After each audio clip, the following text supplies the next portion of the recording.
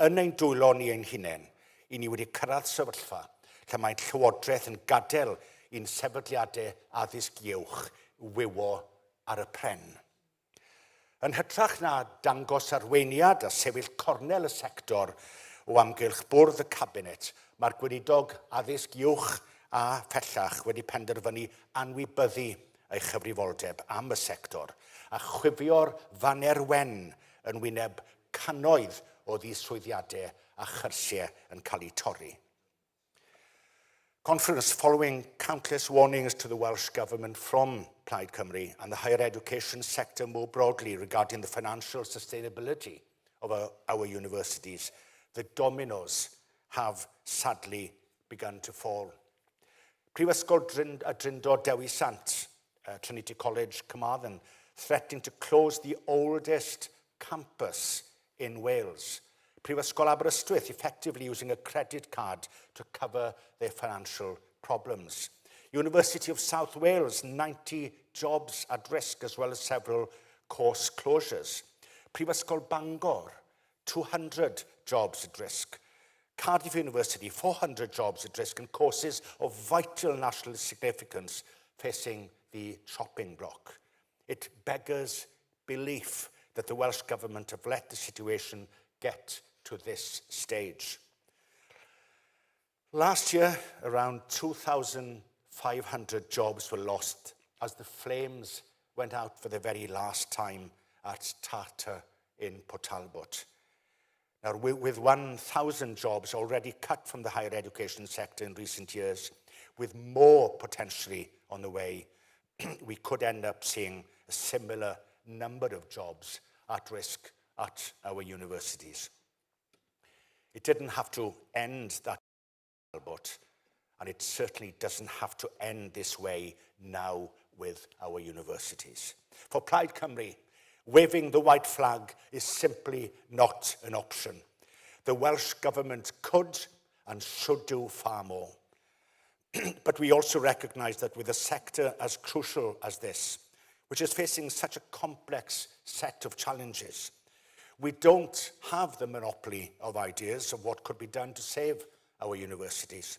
That is why last month I wrote to the Minister calling for a cross-party, independent, wholesale review of our higher education sector.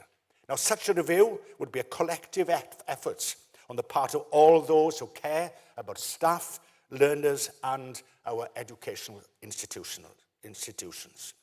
Reporting back in the spring of 2026, it would equip the next Welsh Government with a plan for positive change based on evidence and consensus. My hope was that the Welsh Government would have responded positively to this proposal, but so far they have refused. Nevertheless, we are currently, as a party, working on our own proposals to support the sector from day one of a Plaid Cymru government. We could, for example, consider changes to the way student support is allocated to recapture around £34 million from maintenance grants that currently go to the 40%, yes, 40% of Welsh students who study outside of Wales. We could redirect that money to invest more adequately in our universities without having a detrimental impact on those from the most disadvantaged households. We could also repurpose the Seren scheme, which at present is actively encouraging some of the best and brightest of our students to attend universities outside of Wales at the expense of our own higher education institutions at a cost of millions of pounds. Of course, this is not about stopping anyone from going to study over the border, but it's about reprioritising how we spend money on higher education and better supporting our universities here in Wales. Plaid Cymru won't give up on working to find the solutions needed to fix Labour's higher education failure. We must increase our participation rate in HE, and everyone, schools, colleges and universities must play a part. We are the party of Wales, and education is in our DNA as a country. Even Owain Glyndŵr, 600 years ago, recognized the value that universities could play in building a more prosperous and resilient Wales. Which is why universities are crucial to developing a skilled public sector workforce, in commissioning innovative research tailored to the needs of Wales, and creating tomorrow's entrepreneurs and business leaders. A future Plaid Cymru-led government would seek dialogue with our tertiary education sector to ensure it plays a leading role in achieving these goals. We cannot and will not let the promise and the legacy of our forefathers, whose pennies together laid the foundations to establish our universities in Aberystwyth, Bangor, Cardiff and Swansea.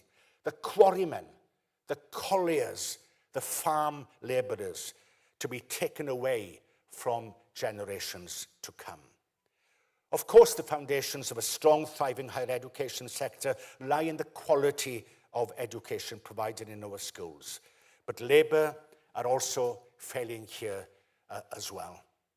Estyn recently published its latest annual report, and in reading it, it's clear for all to see the impact of 26 years of Labour neglect, mismanagement, and ineptitude when it comes to our education system. As the Estyn report states, in too many cases, the quality of teaching and assessment is not high enough.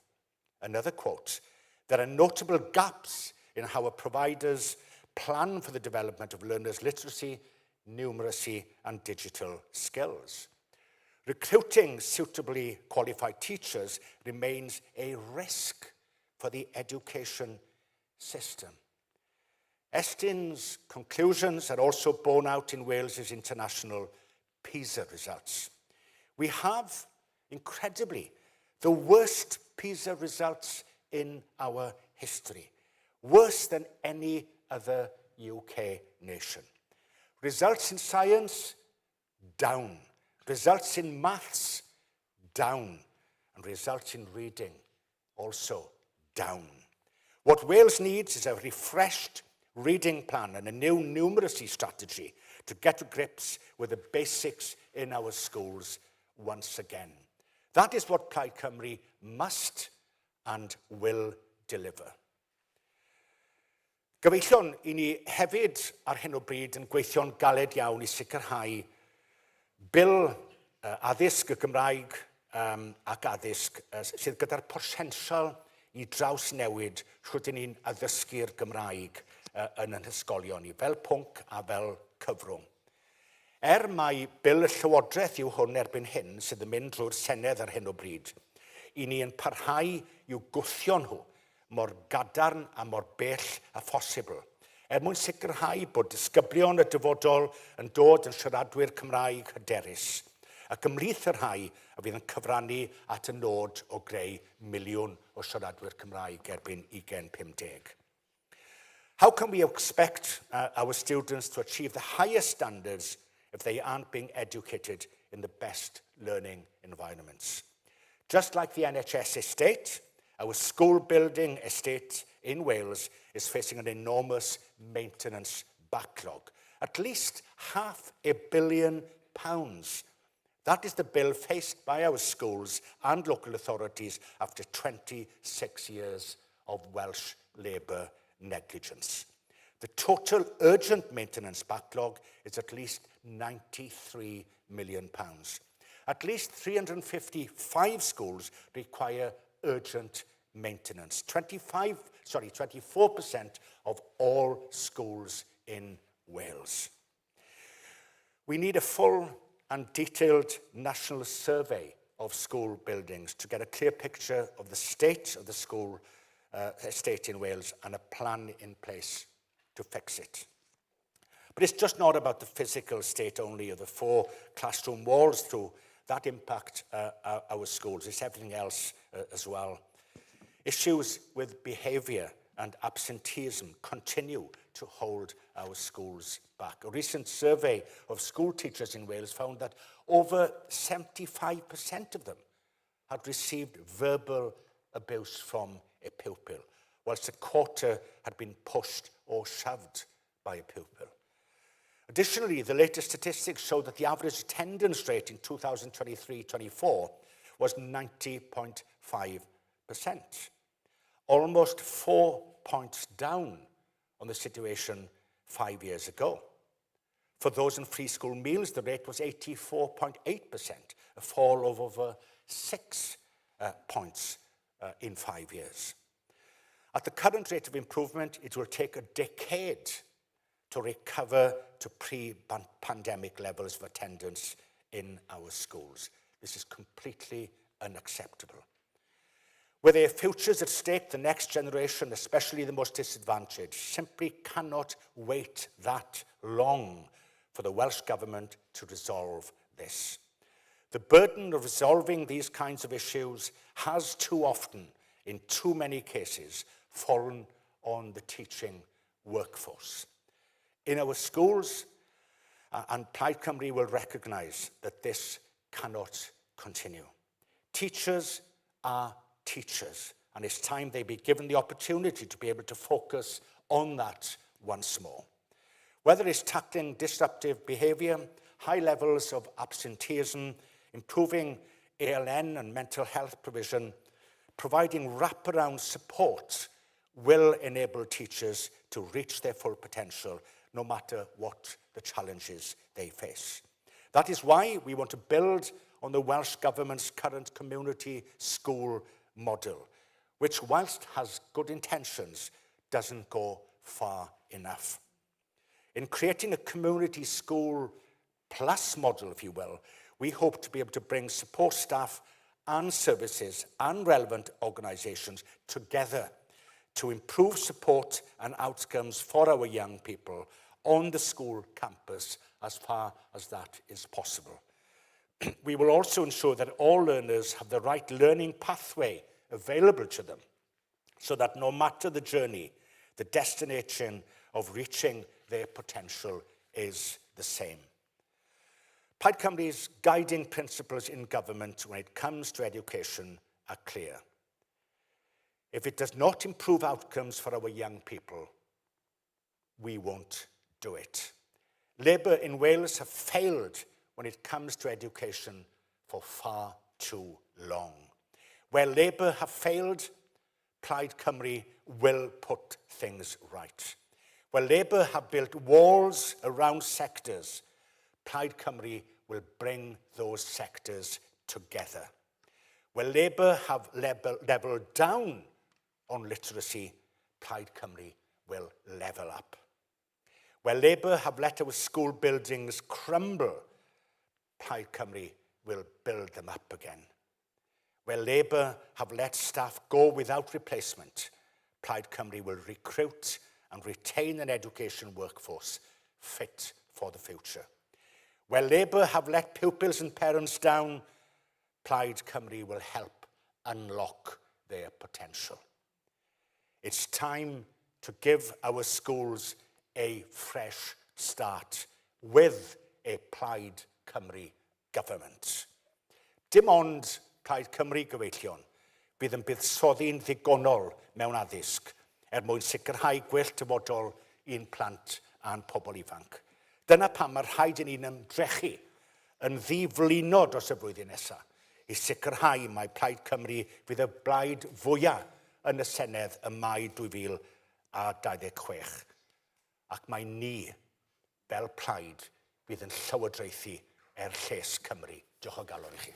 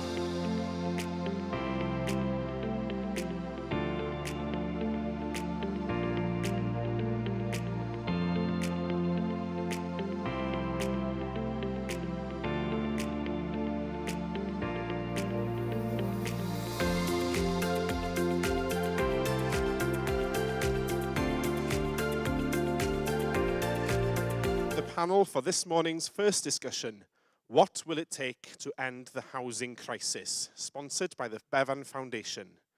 Rhowch groeso cynnes i'r panel a cadeirydd Sian Gwenllian.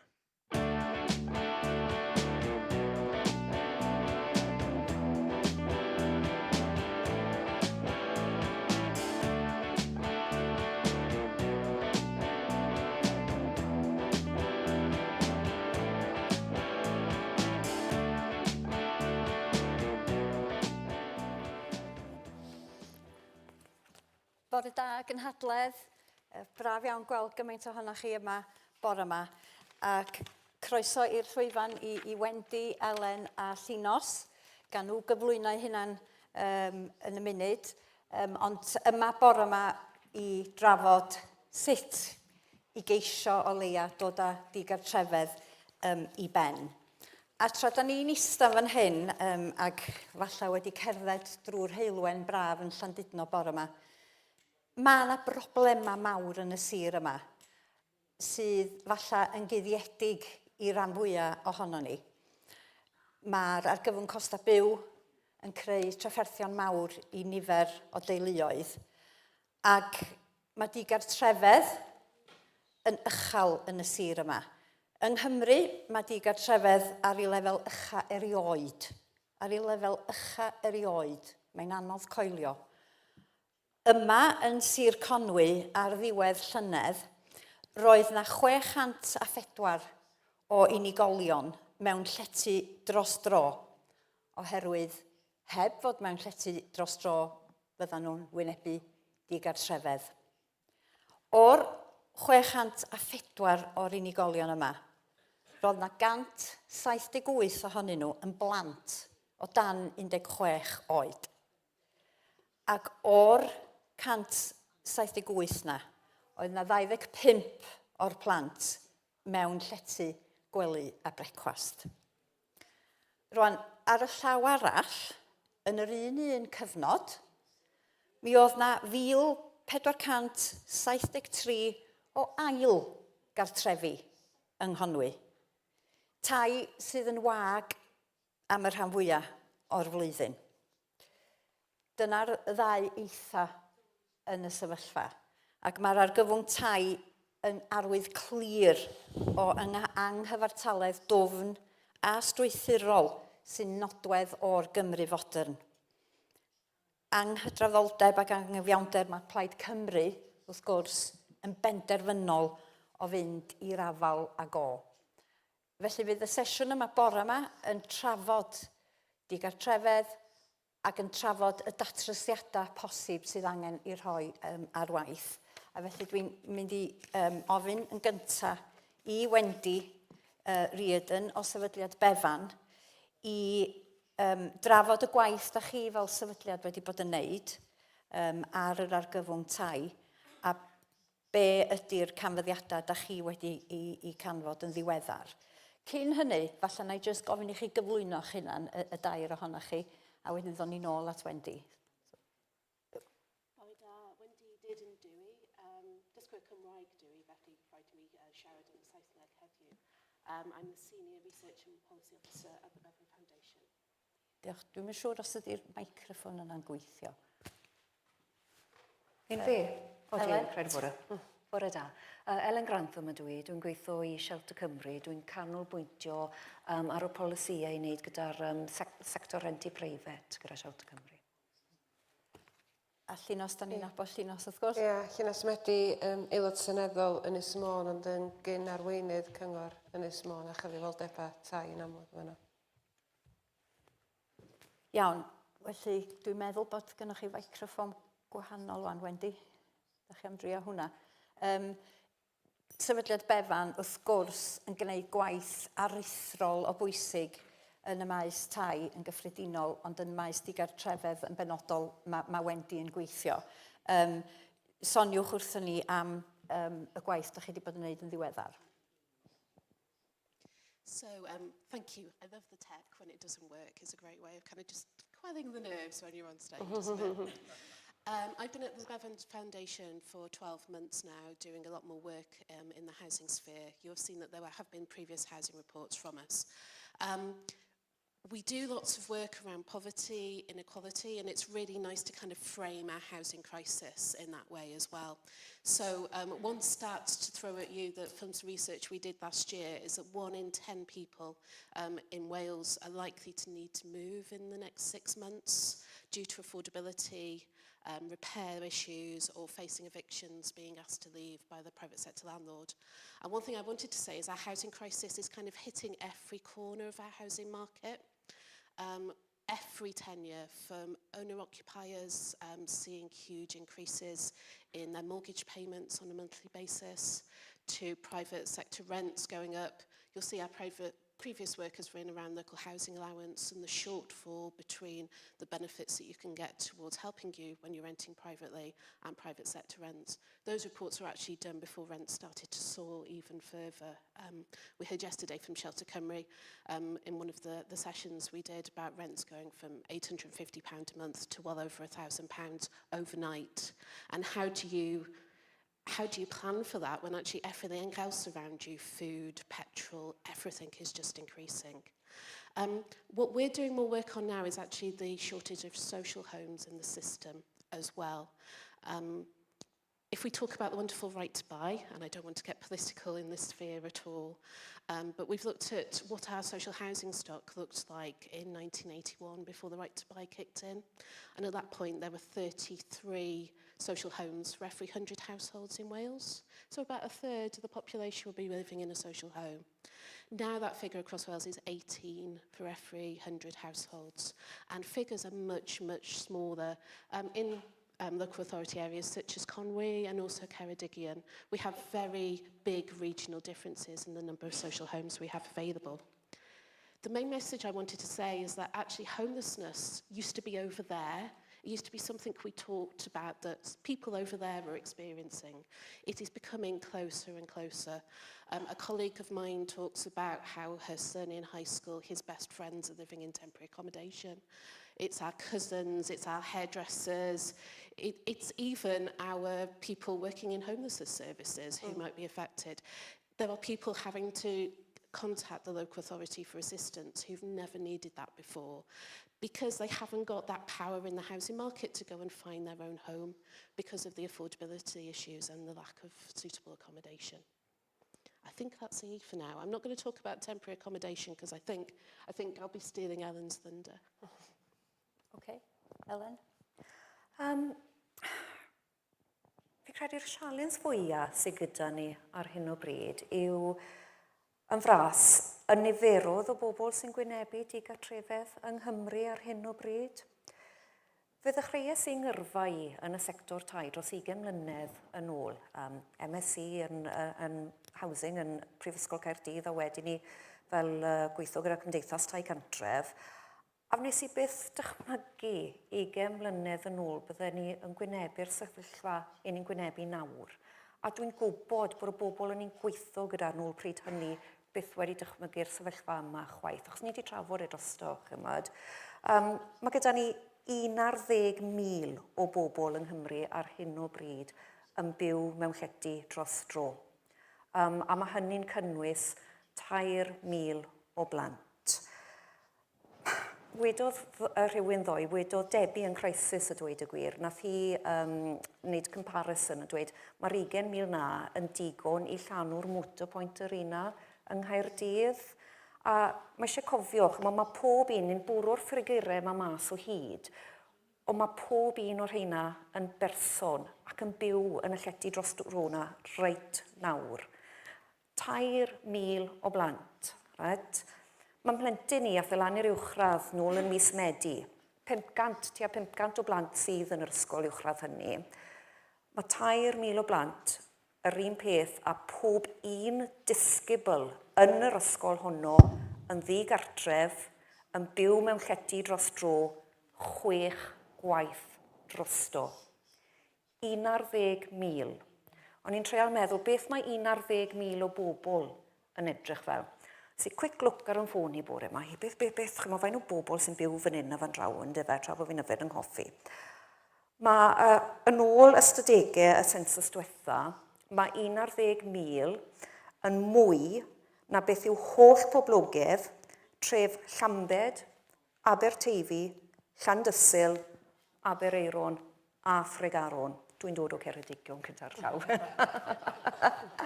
Ond heblaw am Aberystwyth, chymod y tref fawr, holl trefydd sir, mae yna fwy o bobl yng Nghymru yn byw mewn llety dros dro reit nawr na pawb sy'n byw yn y trefi yna. Dwi'n gweld yn eitha shocking a dweud y gwir. A fel wedes I, dwi wedi gweithio yn y sector ers amser hir. Nôl yn Medi 2019, roedd yna 2,307 o bobl yn byw mewn llety dros dro. Felly mewn ychydig dros 5 mlynedd, ni wedi gweld y niferoedd yna yn cynyddu dros 9,000. Mae'r broblem o digartrefedd wrth gwrs yn mynd llawer pellach na'r rhai sydd yn byw yn llety dros dro, yn styc yn llety dros dro. Mae yna miloedd ar filoedd o bobl ar rhestrau aros tai reit ar draws Cymru, ym mhob sir, yn desbryd am gartref. Chymod gartref maen nhw'n gallu fforddio a gallu aros ynddo. Mae yna hefyd y holl bobl sy'n ddigartref, dyn ni ddim yn gwybod yn byty beth ni'n galw'r hidden homelessness. Y bobl sydd heb rhoi enw nhw lawr ar y rhestr aros. Y bobl sydd yn sofa surfing, neu maen nhw'n aros fan hyn at fan draw gyda teulu. Felly mae'n rhyw garafan, static carafan yn rhywle. Mae lot o hynny mewn mlaen yn byty'r lle hefyd. Dyn ni ddim yn hollol siŵr faint o bobl sydd wir yn ddigartref yng Nghymru.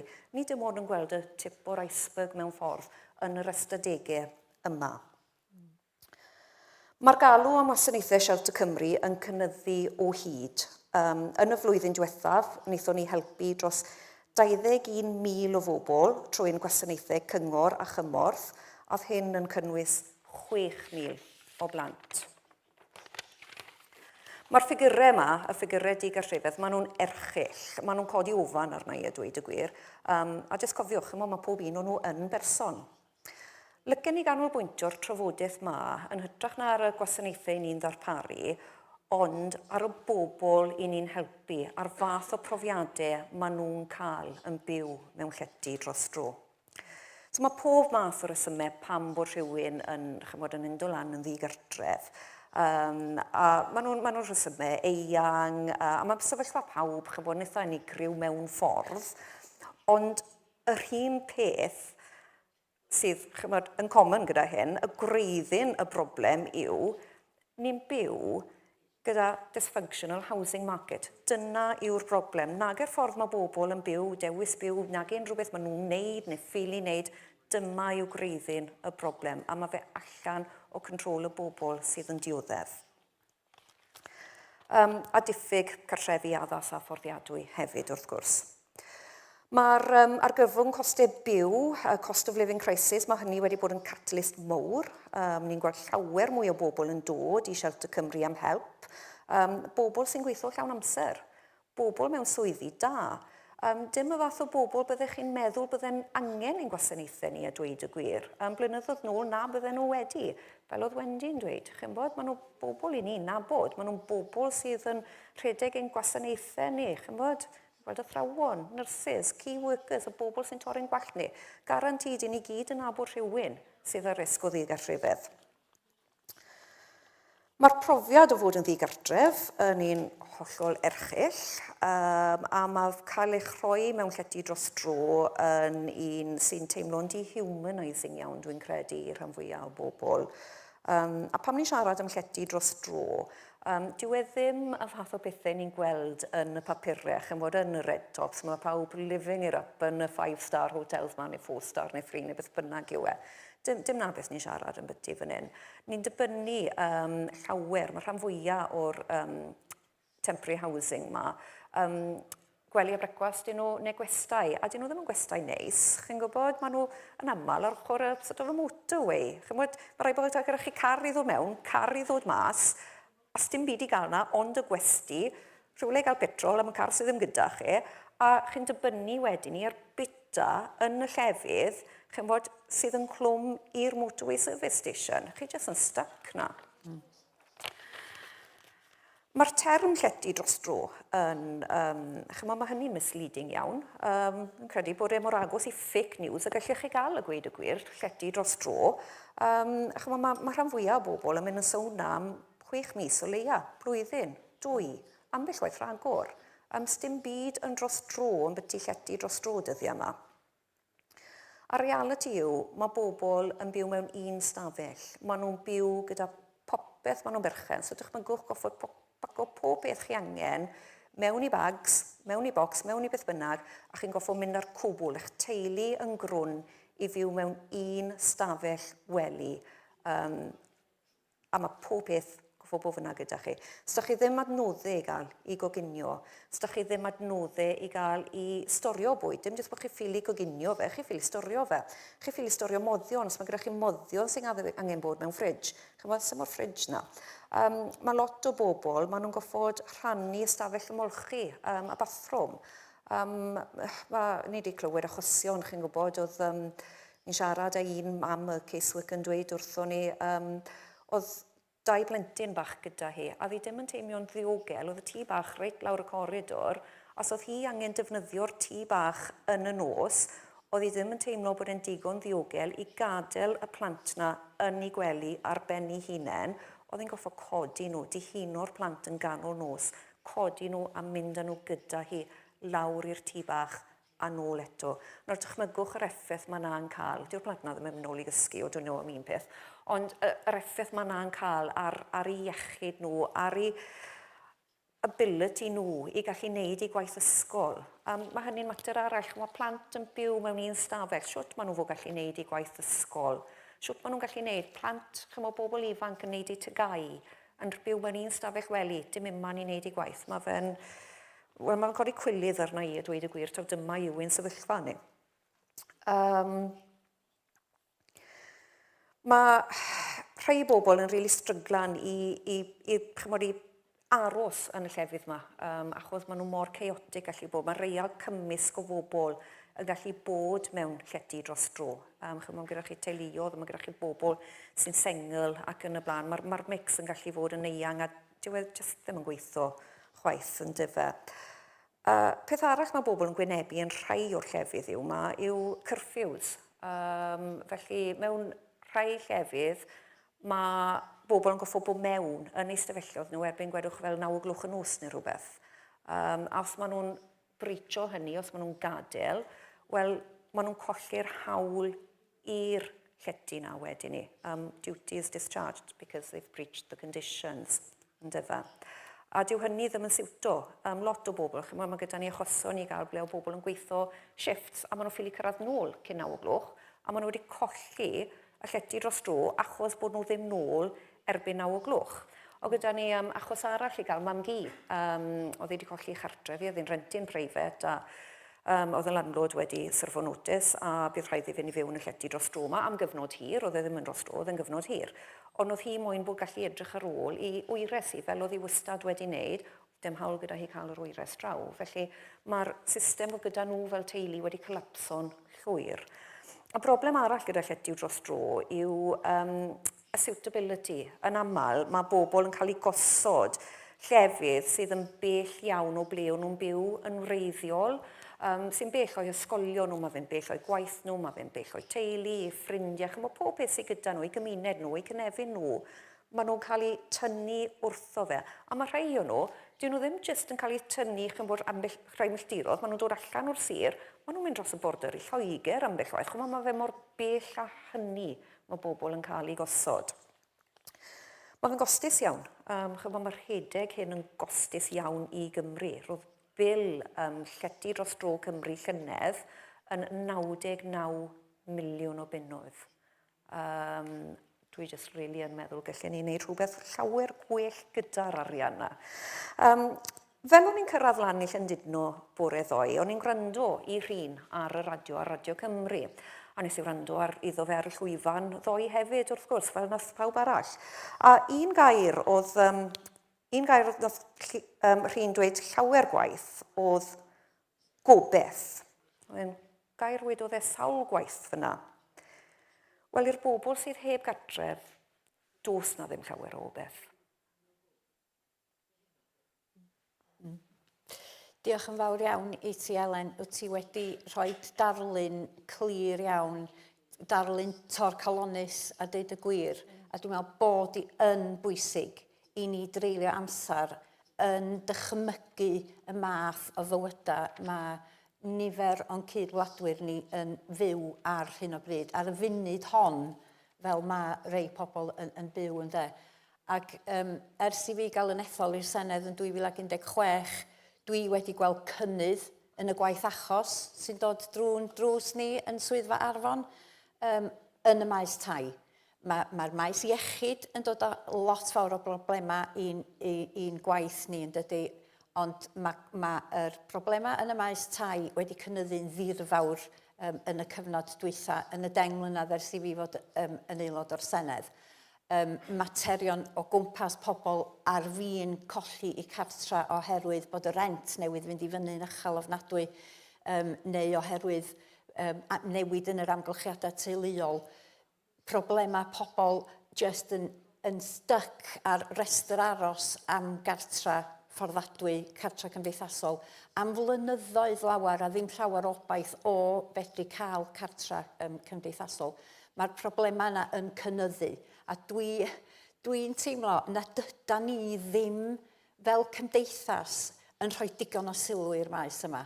A dwi yn benderfynol bod Plaid Cymru yn mynd i fedru tynnu sylw at yr argyfwng tai sydd yn digwydd yn cymunedau ni. A mwy na hynny, gwneud rhywbeth amdano fo hefyd wrth gwrs. Llynos troi at y ti fel aelod seneddol newydd, dwi'n siŵr bod y inbox di'n llenwi fo'r math yma broblemau, ond wrth gwrs fel cynghorydd sir cyn hynny.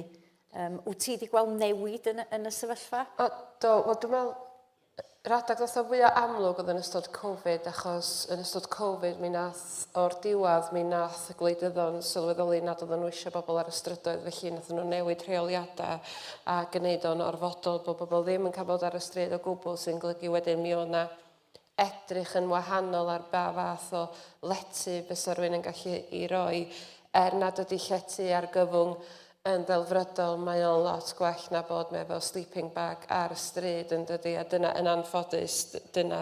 Mi gychwynodd o fanna, wedyn mi welwyd yn newid i'r ddeddfwriaeth gosod ac rhoi pwysau ar landlords i wneud be ddylia nhw wneud. Does neb yn deud bod hynny'n anghywir, ond be nath neb ystyried oedd bod yr argyfwng ariannol yn digwydd ar yr un pryd a be ddigwyddodd i inflation. Felly i landlordiad lle oedd na ddisgwyliadau arnyn nhw, be ddigwyddodd oedd bod i gallu nhw i fenthyg hefyd yn lleihau ac os oedd gen nhw morgeisi oedd hynny'n mynd i fyny. Felly mae wedi bod yn greisus sydd wedi dod ar nifer o agweddau ynghyd ar un adag a hefyd pobl yn gallu gwaith ac yn y blaen a'r pobl yna. Dwi'n eistedd yma ac oeddech chdi'n dweud y teimlad real na, wel y teimlad real dwi wedi bod ynddo fo. Nath ni orfod llenwi car efo bagia a mynd i tŷ'n chwaer achos oedd gennym ni'n lle fynd. Nath ni orfod llenwi ffurflen digartrefedd tai efo 2 o blant. Felly dydy o ddim yn rhywbeth mae rhywun yn gallu i ddisgrifio i neu pan ti di fyw o, ti'n gwybod be ydy'r ansicrwydd, be ydy'r effaith o ddiogelyd y blant, trio rhoi sefydlogrwydd, peidio cael cyfeiriad. Lle dim yn cyfeiriad i, dwi'n gwybod lle dim cyfeiriad i, achos mae pethau fel yna, mae bod efo meddygfa a hynny, mae yna nifer o agweddau efo. Mi felly ni'n gallu trafod yr her a lle da ni wan. Dwi'n meddwl beth sydd angen yn ei di mewn lle da ni'n mynd. Lle da ni'n mynd fel cymdeithas. A hefyd fe rhaid i gymdeithas fod yn barod i dderbyn tai yn ei cymunedau. Achos beth da ni'n cael ydy mae awdurdodau lleol yn rhoi ceisiadau cynllunio i fewn mewn ardaloedd ac oherwydd bod y bobl sydd yn ffodus iawn o fod mewn tŷ yn gwrthwynebu i bobl arall cael tŷ drws nesaf iddyn nhw. Achos bod i golygfa nhw yn bwysicach na di roi to a dros ben. A weithiau, dyn nhw'n byw o'r ardal yma. Wel, mae'n siŵr bod ni gyd wedi cael profiadau o symud o ardal i ardal yn dydan. Da ni gyd, mae o'n natur dynol, dim pob sy'n aros yn ei gymuned am byth. Mae rhaid i ni fod yn uneiddfed am hyn. A mae yna her arall lle mae y polisi cynllunio yn gallu bod yn heriol. Mae y cyfnod i ddatblygu. Felly pan da ni'n mynd o gwmpas ac yn gwneud anghenion tai, lle fe rwy'n mond yn gymwys am tŷ neu fflat un ystafell, erbyn mae rhywbeth wedi cael ei adeiladu, lle bod nhw'n deulu o dri. maen nhw'n gymwys am 2 llofft. Ella pan ddydd bod ella hyn o'n deulu o 4, maen nhw'n gymwys am 2 llofft. Felly mae polisi a cynllunio, mae'r cyfnod datblygu, a mae anodd iawn mesur beth sydd ei angen mewn 3 mlynedd hefyd. Ond mae sicrhau bod yna, a does a ddim un atab i hwn. Mae tai cymdeithasol yn hanfodol bwysig. Mae hefyd rhoi y cyfleon ac un peth o'n i'n falch fel dan arweinydd, nathon ni ddefnyddio'r premium oedden ni'n godi ar trethu a ail dau a tai gwag. Nathon ni gwneud cynllun i gefnogi prynu hefyd, rhannu equity. So oedd gen Cyngor Môn polisi rhannu equity. Ond nathon ni ddim rhoi swm ariannol, oedden ni'n trafod efo'r unigolion be oedden nhw'n gallu fforddio, a wedyn oedden ni'n gallu negydu be oedd y canran o berchnogaeth oedd gen y Cyngor Sir yna fo. Hefyd mae rent canolraddol yn rhywbeth oedden ni'n drafod hefyd ac yn heriol, mae eisiau gwneud y siŵr. Ach, dydy pob ddim eisiau prynu, dydy pob chwaith ddim eisiau bod mewn rent cymdeithasol, felly mae o, dydy o ddim yn hawdd i'w ddatrys, ond dwi yn erfyn ar gymunedau hefyd i edrych ar pan mae yna geisiadau cynllunio yn dod i'w hardaloedd nhw. Os wyt ti ffodus iawn o gael rhywle i alw'n adra, mae o'n ddyletswydd yna chdi hefyd i roed yr hawl i rwy'n drws nesaf chdi gael galw fo'n adra hefyd. Felly mae'n bwysig bod ni yn mynd a bod yn eiddfed yn y cymunedau yna. Ardderchog, diolch yn fawr iawn i ti, Llynos, a diolch am rannu dy brofiad personol di hefyd, achos dwi'n meddwl bod hwnna'n bwerus iawn pan da ni'n clywed profiadau personol, pobl da ni'n nabod yn iawn, bod chdi wedi bod trwy rhywbeth fel yna ac yn medru ddisgrifio fo ac yn medru uniaethu gymaint efo bobl sydd yn cymunedau neu'n wynebu'r un peth, mae hwnna'n bwerus iawn. O ran datrysiadau wan, da ni di dechrau cyffwrdd beth sydd angen wneud i ddelio hefo beth sydd yn bendant yn un o'r argyfyngau pwysica i ni ddelio efo fo yng Nghymru ar hyn o bryd. Wendy, sut mae sefydliad Befan yn gweld wan, be ydy'r datrysiadau? Be ydy'r datrysiadau tymor byr, ond be ddylian ni fod yn anelu ato fo yn y tymor hir? Thank you. So I'm going to do an unshamed plug. Come and see us on our stand. This is kind of, I wish it was as easy, the solutions, as actually just writing it down in a document. We've been working a lot with Shelter Cymru, evidencing how bad temporary accommodation is. One of the things we've realised is actually the revolving door in and out of temporary accommodation. Because the situation of living in it can be so difficult, a lot of people, I won't say make the decision, but feel that they have to take up other options like sofa surfing or, even we talk about in the report reoffending or going back to an abusive relationship, or because actually living in that limbo for such an amount of time is just not sustainable. What we make the point of is that actually a social home is the only way that somebody has that stability and certainty to move forward and rebuild their lives.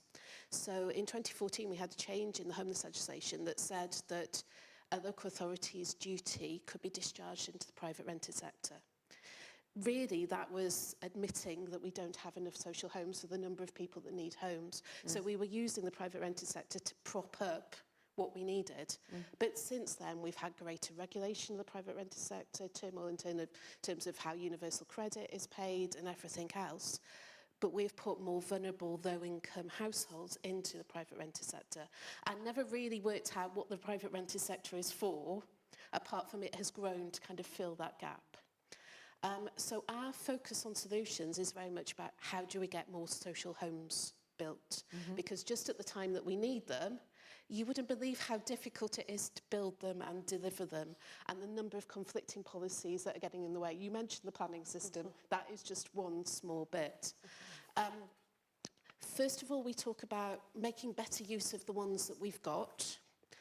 I'm going to try not to get too technical in all of this. The right to buy has been abolished, but we are still seeing social homes being sold. That's because current policies are putting huge expectations on social landlords in terms of the standard of properties, All properties need to meet EPC-C by 2030, with aspirations actually for the whole stock to be EPC-A and zero carbon. The money that needs to go into that, and actually some associations are having to make difficult decisions to dispose of individual properties because they're too expensive to deliver. But how do you explain selling off a social home to somebody that was staying in the Travelodge last night, or even has been staying in the Travelodge the last 6 months? So we argue that there's lots of talk around the 20,000 homes target, but actually there are policies that are actually making us lose homes at the moment. So stop that. Yes, stop that as a start. Very little regulation of it as well, but please don't get me into that too much. Also about right-sizing the social homes that we have around tenants' aspirations and needs. It's very difficult because a home is your home, it's your home for life. However, there are considerable numbers of spare bedrooms within our social housing stock. Rather than going along and saying, you must move, isn't it about those pragmatic discussions about what do we need to build to what would somebody actually like to downsize into, and are we building the right things? One thing that we have a huge shortage of is actually one-bedroom homes in our social housing stock. So actually somebody who's been affected by the bedroom tax, their options to actually downsize are very, very small, because particularly across North Wales, if you think of social housing, your typical social house is a lovely 3-bedroom family home rather than anything that's 1 bed or 2 bed. So we talk about making best use of what we've got, first of all, then making sure what we've got goes to the people that need it most. Reviewing how properties are let. It came up, we've got some new homelessness legislation coming, and there was a session yesterday that Cymorth and Crisis ran. We see quite considerable inconsistencies across social landlords in the number of applicants they rehouse who have been through the homelessness route. So just looking at having that consistency going through in terms of what social landlords can do to help move out of temporary accommodation. As well, as I said, about filling in those supply gaps. So we know we haven't got enough 1-beds. We have considerable delays in rehousing larger families. Across Wales, we've only got 5,000 social homes that are 4-bedroom or more. Those families have tended traditionally to go in the private rented sector because that's the only place they can find properties, but actually that's where they've got huge instability in terms of being able to afford or being evicted. And also accessible homes. We find that people who need additional adaptations or wheelchair accessible properties unfortunately tend to be staying in temporary accommodation longer because of the shortage of suitable homes for them to move on to. That's kind of the people stuff. One thing we talk about is national action. So if we think about the heyday of council house building, and we're not talking council house building now, we're talking social landlords because we have our housing associations in the mix as well. But in the heyday of council house building, the scale and the pace of everything, we're just not seeing that. And there's so many things getting in the way in terms of land supply, the planning system, not having enough construction workers, the cost of materials. And we kind of make the argument that national action to be doing that more at scale would help to break down barriers as well as bringing savings into the system. This isn't new. We had the Welsh Development Agency, we have the Development Board for Wales. We have powers within government to do land assembly on a big strategic basis or in a smaller basis in smaller communities. But at the moment, that call for action is sitting with individual social landlords or local authorities who are already stretched. I mean, even to do a CPO on a piece of land is a hugely, hugely time-consuming and very specialist piece of work. Compulsory purchase, sorry. Order, yeah. We feel that there's much more that could be done at a national level by Welsh Government.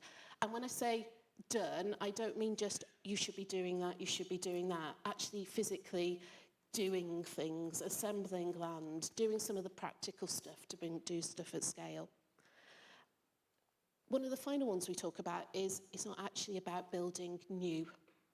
We're not going to get out of our housing emergency by building new alone.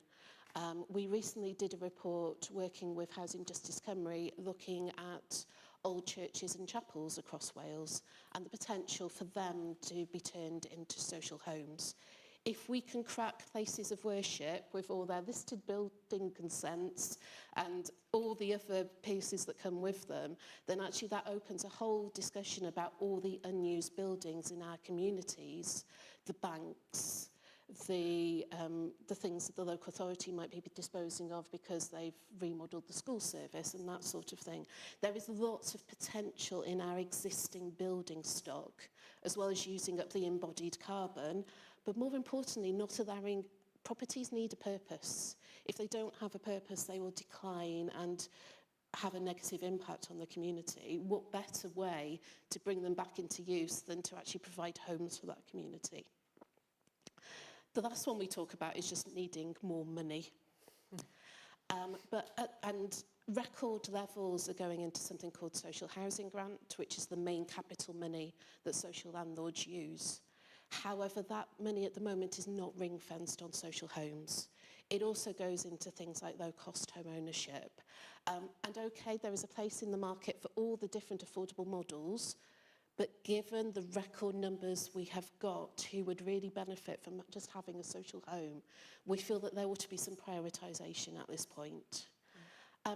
There are also lots of innovative ways of getting new money, borrowing powers within Welsh Government and within local authorities. I've been working in housing for far too long that I'm becoming that grumpy woman on the side that actually we've been talking about this for years. We've been talking about a lot of this stuff for years, but it's just not happening at the scale and the pace that we need it to. And unfortunately, I sit in places like this and the sessions that we had yesterday and thought, if somebody that's in temporary accommodation with their children heard all these discussions that we have year on year on year, but don't necessarily make that huge impact, and we pat ourselves on the back that we've managed a few thousand homes, it's not enough. Cytuno'n llwyr efo ti, Wendy, ag dwi ar y pwyllgor tai a Llywodraeth Leol yn y Senedd, a da ni wedi bod yn edrych ar broblemau rhwystra sydd na mwyn darparu mwy o dai cymdeithasol, i gynyddu'r cyflenwad o dai cymdeithasol. A mae rei o'r heriau, yr union bethau ti'n nodi ydy be mae'r pwyllgor seneddol wedi nodi. Mae'r adroddiad yna wedi mynd i Llywodraeth Cymru. Maen nhw wedi derbyn rhan fwyaf ar argymhellion. Ond yn anffodus, gynnau ddim ffydd bod nhw'n mynd i weithredu nhw. Dyna'r broblem. Dydy'r ewyllus gwleidyddol ddim i weld yna i wirioneddol afal yn y broblem yma ac i yrru y newid da ni isio. A dwi'n cytuno, mae'r ffocws angen bod ar adeiladu mwy o dai cymdeithasol. Yn rhan o hwnna hefyd, dwi'n meddwl bod o'n bwysig meddwl am yr stigma sydd yn gysylltiedig efo rentu yn gymdeithasol ac a gwarad o hwnna, achos dydy'r stigma yna ddim yn bodoli mewn gwledydd yn Ewrop. Mae rentu yn ffordd hollol briodol o fod yn byw yn bywydau. Felly mae eisiau meddwl o ddifri am hynny. Ac mae y pwynt wyt ti'n sôn amdano fo Llynos, agwedd cymunedau tuag at dai cymdeithasol newydd. Y ffordd dwi'n credu i drio cael gwell dealltwriaeth gyn y gymuned ydy bod y gymuned yn cael ei chynnwys o'r cychwyn cyntaf yn y broses o adnabod beth i anghenion tai ar gyfer y gymuned yna drwy'r asesiadau sydd yn digwydd, ond falle bod nhw ddim yn digwydd ar lefel digon lleol ac yn tynnu digon o bobl i fewn iddo fo drwy'r cyngor gymuned ac yn y blaen.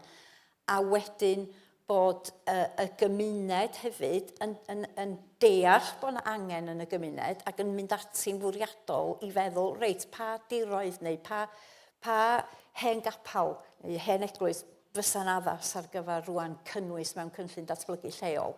Ac yn y ffordd yna, wyt ti o leia wedyn, ti'n dechrau cael gwell dealltwriaeth gen y gymuned yn y sefyllfa. Dwi'n mynd deud, da ni dal yn mynd i gael pobl yn mynd i fod yn gwrthwynebu oherwydd colli golygfa neu beth am fod yn onest oherwydd snobyddiaeth. Mae yna llawer iawn gormod o snobyddiaeth yng nghlwm efo gwrthod caniatâd cynllunio ar gyfer tai cymdeithasol. A mae rhaid i ni fel plaid arwain a mae rhaid i ni fod yn darbwyllo pobl bod ni eisiau gweld pawb yn gallu byw bywydau cyfartal ac osgoi y problemau da ni wedi glywed gen Elen o'r math o fywydau mae gormod o bobl yn ceilwadwyr ni yn o'r adioddau. Da ni rwan, fi di llefarydd tai a cynllunio'r blaid wrth gwrs ynde, da ni'n y broses o ddatblygu yn polisia ni ar gyfer y manifesto 2026. Da ni wedi cyhoeddi 2 adroddiad yn barod. Maen nhw ar gael ar-lein. Os da chi jyst yn googlo Sian Gwenllian a cyhoeddiadau, mi ffeindiwch chi nhw. Mae yna un adroddiad, yr un cyntaf, yn deud y bydda Plaid Cymru yn o blaid rhoi'r hawl i gartra yn rhan o gyfraith Cymru. Be sydd yn fwy sylfaenol na hawl i chi gael to i'ch pen.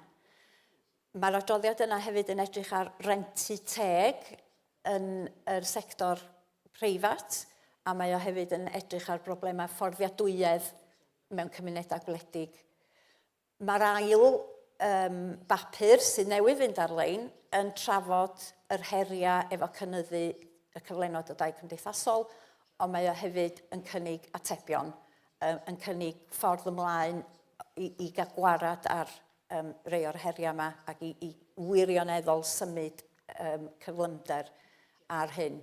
Ac un o'r polisia ydy sefydlu endid hyd braich unos, fydda yn gyrru yr agenda yn genedlaethol, ond yn gweithio efo'r awdurdodau lleol a'r cymdeithasau tai ar y delivery ar y lefel lleol, ac efo yn amlwg adeiladwyr lleol yn rhan o hynna i gyd hefyd, ond yn gallu gweithio ar y lefel cenedlaethol yna i adnabod tiroedd, i ddefnyddio pwera, gorfodaeth, pryniant gorfodol, ac i greu yr strategaeth gywir da ni angen yng Nghymru. Mae hynna i gyd ar goll ar hyn o bryd. Sgyn Llywodraeth Cymru ddim strategaeth tai. A mae hynny'n gwylydd o beth. Ac dyn nhw ddim hyd yn oed yn gwybod beth i hyd o lled y broblem, a dydyn nhw ddim yn fodlon. Un argymhellion y pwyllgor oedd i gynnal arolwg tai cenedlaethol mwyn gweld yn union pa fath o beth yw'r anghenion ar lefel cenedlaethol, sydd wrth gwrs wedyn yn wahanol i'r anghenion cymunedol falle. Ond dyna lle da ni wedi gyrraedd efo'r gwaith o ddatblygu'r polisi. Ac dros yr wythnosau, misoedd nesaf yma, mi glywach chi lot mwy am hyn. Da ni'n gweithio ar drydydd polisi ar y funud, sydd o gwmpas uwchraddio y stoc tai sgynnon ni'n Nghymru. Ddim just y stoc tai cymdeithasol, ond sut da ni'n gwneud yn cartrefi ni'n fwy clyd, a sut da ni'n dod â biliau ynni i lawr mwyn helpu pobl yn yr argyfwng costa byw. Felly mae yna drydydd darn o waith ar y gweill ar hyn o bryd. Ond gobeithio bore yma rwan, mae'r amser di'r hedfan. Rhyw air bach sydyn, jyst i gloi falle Llynos, Elen, Wendy, a wedyn, da ni wedi gorffen y sesiwn. Ie, dwi'n meddwl bod y broblem yma'n berthyn i ni gyd. Dwi'n meddwl un peth sy'n ni wedi methu ydy bod cael pobl yn cymunedau ni'n byw yn cymunedau ni'n creu cymunedau hyfyw. Felly mae datblygu tai actually wneud cymuned sydd llawn bywyd yn rhoi disgyblion mewn ysgolion ac yn neud felly mae o'n beth da i ddatblygu mewn pentrefi achos mae o'n rhoi cymysgedd o oedran i'n cymunedau ni ac yn y blaen. Felly, a mae o lawr i gynllunio lle hefyd a sut mae rhywun yn creu gymdeithas na sy'n gytbwys hefyd. Felly, mae o'n fath fysa gallu cael datrysiad ehangach mwy na digartrefedd hefyd. Elen? Chi'n llygad eich lle Sian yn dweud bod angen yr ewyllus gwleidyddol yna. Mae rhaid i ni cael hynny. Mae rhaid i ni gael y commitment i tai yn yr un ffordd i ni'n cael ei iechyd ac addysg. Ni angen llywodraeth dewr i wneud hyn. Os gallai wedi un peth wrth llywodraeth presennol ac unrhyw Llywodraeth yn y dyfodol o rhan y sector tai eich polisïau tai. Dwi'n newid i'r Saesneg go big or go home. Achos fel mae hi ar hyn o bryd, go big because far too many of our people, ein bobl ni, far too many of our people have nowhere to call home. I'm not sure how I'm meant to follow that one, to be honest. Big.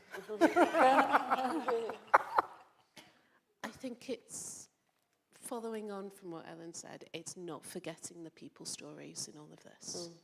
So often we get hung up with the policies and the politics and the numbers, and actually it's the lived experience stuff. It's the really focusing on what we're trying to achieve here. I'm excited, but not excited at the same time. My next piece of research is looking at the impact of temporary accommodation on children and their families. And for me, that's a piece of housing research which isn't actually about housing. It's the impact on housing and everything else. And when you hear about there's an organisation called Play Wales, which is all about getting children to be outdoors more, do more play in their lives. They've had to put special packs together, or felt that they needed to put special packs together for families in temporary accommodation. Packs that can be packed up quickly and easily, that aren't going to cause a lot of mess. We shouldn't even be needing to think about that. And throughout these discussions, if you can do one thing, Sian, it's keeping that people message running all the way through it. Because as soon as we start talking about bricks and mortar, not that it's even bricks and mortar anymore, it's modular construction of all sorts of things, we go into that construction houses world, and it's not about houses, it's about homes. Ar y nodyn yna, diolch yn fawr iawn. Diolch yn fawr i Llinos, diolch i Elen o Shelter Cymru, diolch i Wendy, ac diolch i Befan, sefydliad Befan am drefnu yr panel yma bore yma. Trafodaeth bwysig iawn, dwi'n meddwl bod chi'n cytuno, gynwch chi gymeradwyo'r panel, diolch.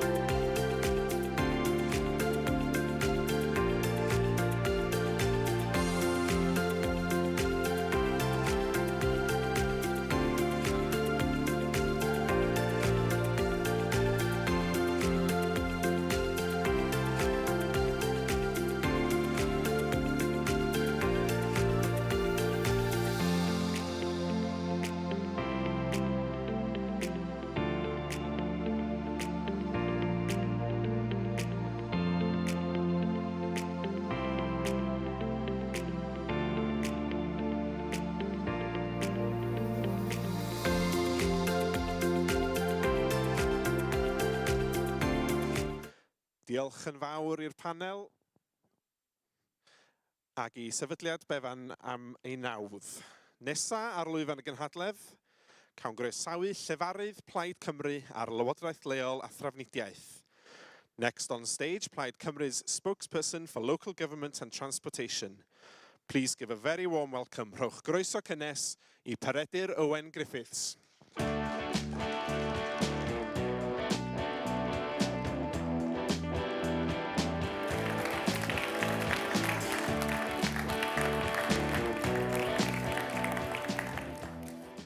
Wel, bore da gynhadledd, a mae'n braf iawn bod gyda chi bore yma, a mae'n wych i gweld gymaint ohonoch chi wedi codio'ch glau ar fore ar ôl diwrnod cyntaf gynhadledd, felly da iawn eich gweld chi. Fel mae rhain chi'n gwybod, nes i fyw nid nepell o fan hyn ym Mae Colwyn cyn symud i'r de, a bydd dad yn weinidog ym Mae Colwyn am 15 mlynedd. Ond mae deulu fo'n olrhain a'i gwreiddiau nôl i Landudno am genedlaethau, ac mae tad dad wedi gladdu ar y gogarth. Morwr oedd yn haid, ond buodd farw pan oedd nain yn disgwyl dad. Dwi'n aml yn meddwl am nain yn ddynes ifanc 20 mlwydd oed, yn feichiog ac yn weddw. Ac yn ystyried pa mor anodd oedd hi arni hi yn nechrau'r 50au. Dydy stori hi ddim yn un anghyffredin o'r cyfnod hwnnw. Roedd bywyd yn anodd. A mae'n dragedi bod gormod o bobl yng Nghymru heddiw ddim yn gorfod dychmygu sut beth ydy hynny. Mi glywson ni gyn rhywun ddoe fod tlodi yn cynyddu, gyda tlodi plant ar ei weitha yn y Deyrnas Unedig. Mae'n sgandal fod Llywodraeth Lafur Cymru wedi methu dros 5 mlynedd ar 20 i gael gafel ar yr argyfwng yma. Faint ohonoch chi sydd yn gwylio Call the Midwife? Mae rhaid i fi gael, dwi'n dipyn o fan. A braint oedd actually gweld cyn-gadeirydd Blaenau Gwent yn actio yn ddiweddar Ben Owen Jones yn y sioe. I rhaid chi sydd yn ei ddilyn o fo oedd yn yr Iron Lung. Ac i'r rhai sy'n gwylio fo yn rheolaidd, ydych chi'n gwybod bod yr hanes, dyfodiad a dangos newid yn yr NHS dros y degawdau. A mi o pethau yn anodd. Roliwch ymlaen 70 mlynedd i heddiw. Ac bod y dechnoleg wedi symud ymlaen, mae'r anghydroddoldebau sy'n difetha'n cenedl yn amlwg iawn o hyd ac yn dal yn amlwg ar feddyliau pobl dwi'n ei cyfarfod ar ddrysau ar draws de-ddwyrain Cymru, o Gasnewydd i'r Coed Duon ac o Gaerffili i Garleon, yr un ydy'r stori. Roedd gobeith mawr y meddyliau pobl yn ystod yr etholiad diwethaf. Roedd yr arddewid mawr o'r Partnership in Power i fod i wella pethau. Roedd y Tories wedi ei lluchio allan yn gyfan gwbl. Roedd pethau i fod ar ei fyny. Roedd addewidion yn sgil 4 mlynedd ar 10 o gynni, o docio, o danwariant am ddod i ben. Ond na, rhith oedd y peth i gyd. Smoke and mirrors, go iawn. The minute they got into power, the U-turns began. It started the moment they could see the winning line getting closer, their promises got smaller, and their excuses piled up. Even the mirage of ambition for Wales disappeared into thin air. Nowhere is this more stark than the Great Welsh Train Robbery, HS2. That so-called England and Wales project that has not an inch of track in Wales. Labour used to agree with us that Wales deserved funding for HS2. They used to demand £4 billion when the Tories were in government. At one point, the Transport Secretary even suggested it was £5 billion. But now, when they actually are able to do something about it, imagine our surprise when the Secretary of State for Wales tried to pretend HS2 didn't even exist. the Tory tradition of appointing a Secretary of State for Wales who represents Westminster in Wales rather than Wales in Westminster is alive and well. For the Treasury to claim that a railway line between London and Birmingham benefits Wales as well as England is both an insult and an injustice, particularly when experts have actually found that HS2 will have a negative impact on the Welsh economy. Meanwhile, its construction will cause delays for those using trains in Wales. So I asked them. I was at an interparliamentary Finance Committee meeting this week with the Chief Secretary of the Treasury for 15 minutes. In my capacity as the Cynhadledd Finance Committee Chair, he gave me some excuses, but no real acknowledgement of the millions or even billions that we're owed. All we get is excuse upon excuse. And to quote Barack Obama, excuses are the tools of the incompetent to build a bridge to nowhere. But conference, Plaid Cymru do things differently. We want to build bridges to a better, more prosperous Wales. I want you to imagine for a moment what we could do with £4 billion to spend on our transport network. We could create a Wales that is connected, north to south, east to west. We can ensure that bus franchising is a success and ensure that the most dominant mode of public transport, bus travel, is invested in properly. Currently, for every £5 spent on trains in Wales, only £2 is spent in buses. That needs addressing. We could electrify the North Wales main line, a promise broken by the UK government. We could expand the metro plans across Wales. With fair funding for Wales, we wouldn't have to just dare to dream. We could make connectivity a reality. This is why we need a strong Welsh government led by Plaid Cymru to call out the hypocrisy, to demand the end to the HS2 injustice, and who understands the need for Wales' focused plan for our transport network. But national change must be matched by local action. While we've got our eye on the Senedd elections for 2026, let's not forget that we have our local elections in 2027. Because Wales needs our hard-working and dedicated councillors, and I know how difficult it's been. I know how your hard work is recognised, but not just by me, but I'm sure by everyone in this room and beyond. You are the front line of our party. The dedication to your community, the hard work you carry out, and the impression you create is crucial for our success, and all under very difficult circumstances. It's a difficult time because councils are being forced to do more with less, stretched to their limits.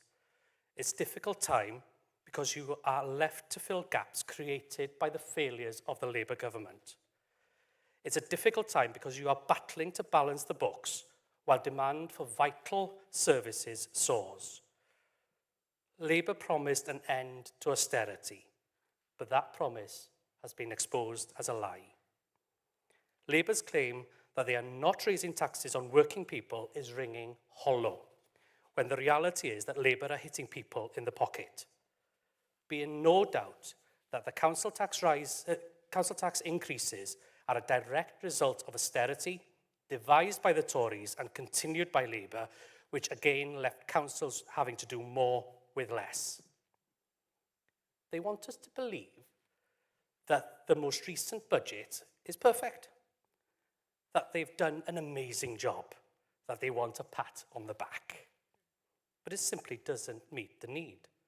Until a government in Westminster or Cardiff, or in their case both, ensures that local services are properly funded, then local councils across Wales are going to have to levy one of the most inequitable taxes there is, council tax. Labour's national insurance contributions increases will have a devastating impact on our councils in Wales without the money being replaced like it is in England due to Barnetisation. UK government's still hasn't confirmed how much they will be offering to Welsh councils, leaving our local authorities in the dark. We will fight for fair funding. We will fight for fair funding for Wales, and we'll fight for fair funding for our councils.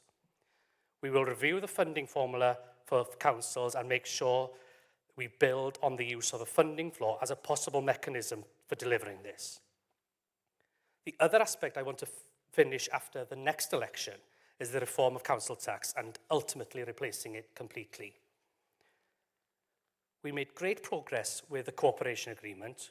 We should have been delivering on it this year with a long-awaited re-evaluation and change to council tax bans, but that was before the Vaughan Gethin scandal and yet another Welsh Government U-turn.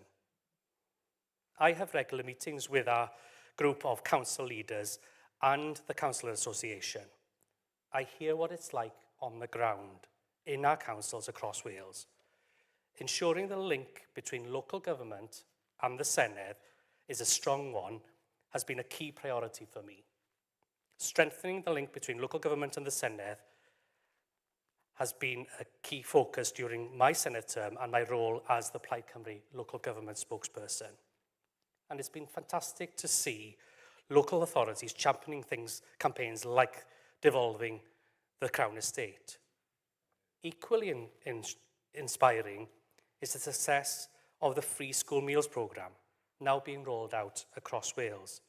This policy, debated and developed in the Senedd for years, has been implemented by our local government with great impact. Would it have happened without the cooperation agreement? No. Labour previously voted against Plaid Cymru's support for free school meals. But thanks to this policy, we've probably done more to tackle child poverty in Wales than Labour has across successive governments. Even when we're not in power, we influence government policy. Because without Plaid Cymru, make no mistake, we would not have free meals in primary schools. Now, imagine what we could achieve if we were leading the next Welsh Government. That is what's at stake for our country, a fairer, more prosperous land that leaves no one behind. The fact is, the so-called partnership in power between two Labour governments is nothing but empty words. Worse, actually, it signalled a rowing back on policy promises. The Crown Estate, goodness knows what they think of that. Demanding our missing billions from HS2, Labour in Wales voted against it. Fixing the unfair funding formula, yes, you guessed it, Labour voted against that one too. I firmly believe we have the foundations for people who have never considered voting for Plaid Cymru to come across to us. In the last few months, I've detected a notable disdain towards Labour Party in my regular street surgeries. This has been present in some of the strongest heartlands, like Newport and Rogerstone. When we were out knocking doors one afternoon, a woman in the Somerton area of Newport recently asked a member of my team in a very stern voice, "Are you Labour?" When they replied, "No, we're Plaid Cymru." Her expression and tone softened immediately, and she replied with a smile, "That's all right then." But is it any wonder? The removal of winter fuel allowance from so many pensioners and the backtracking on compensation for the 1950s born women who have suffered pension injustice have fueled much of this anger. But there is also a general feeling of disappointment after that long 14 years of painful years of rule under Tories. Our communities are being served up yet more Tory policies dressed up in a red rosette. Labour is hemorrhaging support. But at the same time, we have a Plaid Cymru team that has an ambitious vision and a real commitment to addressing our community's most pressing issues. Because it is vital that Plaid Cymru steps into the vacuum created by Labour. If we do not, a resurgent far right is waiting in the wings.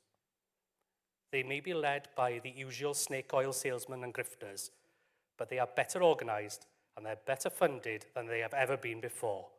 in their many previous guises. We can beat them with hard work. We can beat them with door-to-door campaigning. We can beat them with positive solutions to the problems that our communities face. And we have those positive solutions.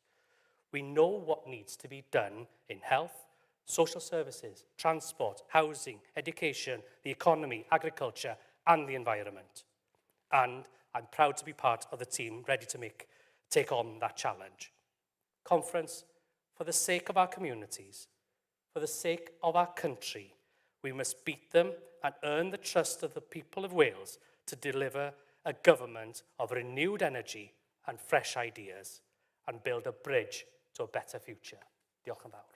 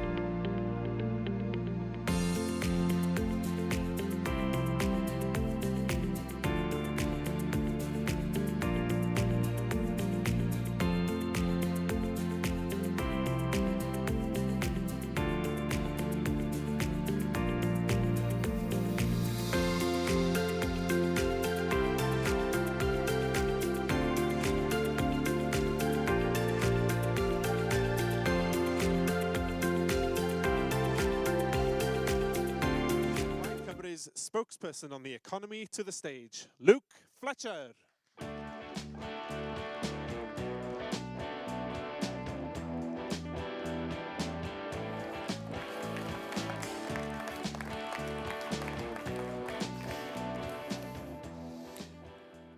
Diolch, Cynhadledd, gyfeillion. If we were all to step outside this conference hall into the spring sunshine and look out across the water, we would be looking to the towering turbines of the Gwyntamore offshore wind farm. There is perhaps no better symbol of both our economic and green energy potential, of how Wales is a world leader in accelerating renewable energy revolution. But it is also perfectly encapsulating where and how that potential is going unfulfilled when it comes to building an economy that works for Wales. The seabed at Gwyntamore is owned and leased by the Crown Estate, part of the £853 million of estate's asset value in Wales, and contributing to the more than £1 billion in annual revenue that goes to fill the coffers of the Treasury and line the pockets of the royal family. Gwyntamore produces enough clean energy a year to power 467,000 households. That's almost a third of all households in Wales. But despite the scale of clean energy being produced literally on their doorsteps, households in North Wales have some of the highest energy bills in the whole of the UK. Profits accrue to the international corporate giants who sell our own green energy back to us. And many of these, ironically, are state-owned elsewhere in Europe. Conference, this is all a microcosm of a wider structural issue that holds back economic development in Wales. That issue is the ownership gap. Quite simply, we do not currently own or control enough in Wales, enough of our own resources, assets, institutions, or businesses to really move the economic dial. Lack of ownership means a lack of autonomy, a lack of control over our economic future. Now, we are not content, are we, Conference, to leave our economic destiny in the hands of others? We are not content to let it be dictated to us from Whitehall or decided in multinational boardrooms where we have no seat at the table. Dyna pam mae Plaid Cymru wedi bod yn arwain yr ymgyrch i ddatganoli ystad y goron i Gymru. Bydd y reolaeth dros yr asedau yma yn werth miliynau ar ben ei hun. Ond bydde fe hefyd yn golygu fod gennym bwerau pwysig i osod y telerau a'r ddatblygiadau yni gan gynnwys ar bethau fel y gadwyn gyflenwi a'r gweithlu. Bydde fe'n golygu ein bod yn gallu darparu cyfleoedd newydd ar gyfer gwaith a hyfforddiant yn yr economi werth. Ac wrth gwrs, dydy Llafur Cymru ddim hyd yn oed wedi gofyn, heb sôn am frwydro am reolaeth dros ein hadnoddau naturiol. Yn y cyfamser, Plaid Cymru sydd wedi bod ar flaen y gad i wneud yr hyn sy'n iawn i Gymru i'n pobl a'n cymunedau. Mae 75% o bobl Gymru yn gefnogi trosglwyddo reolaeth dros y sad y goron. Mae 17 allan o 22 o gynghorau Cymru hefyd yn gefnogi'r alwad hon. Make no mistake, this is a fight that is gaining momentum, and it is a fight that we will win. By failing to even show up for it, Labour and Wales have chosen to be on the losing side. And they've made it clear whose side they're on, haven't they?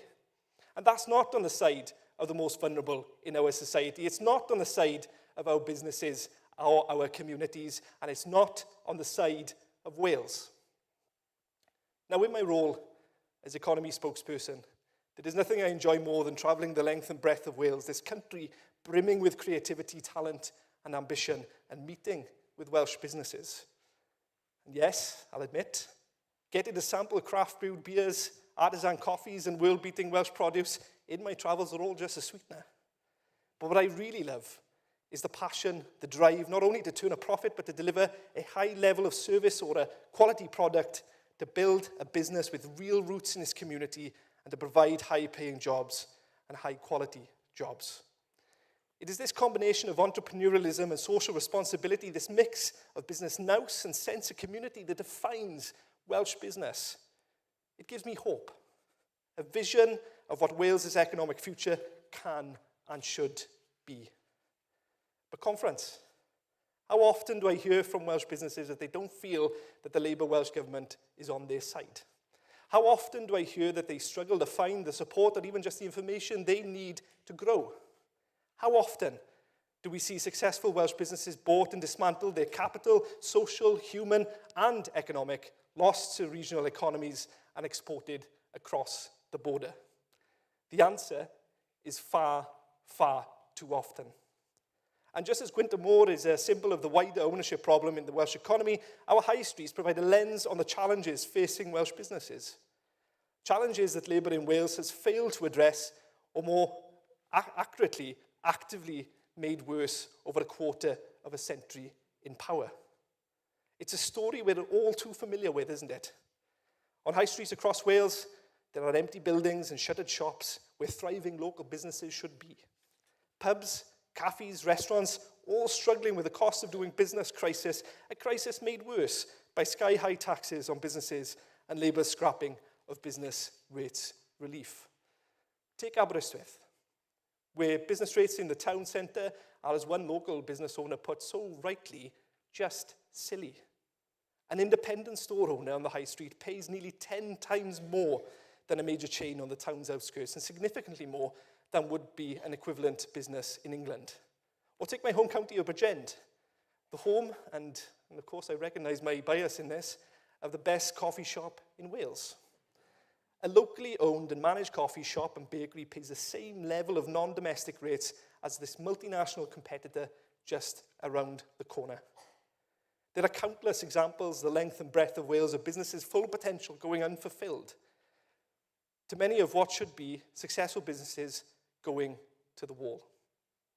And the result? Town centres in decline, not on the up.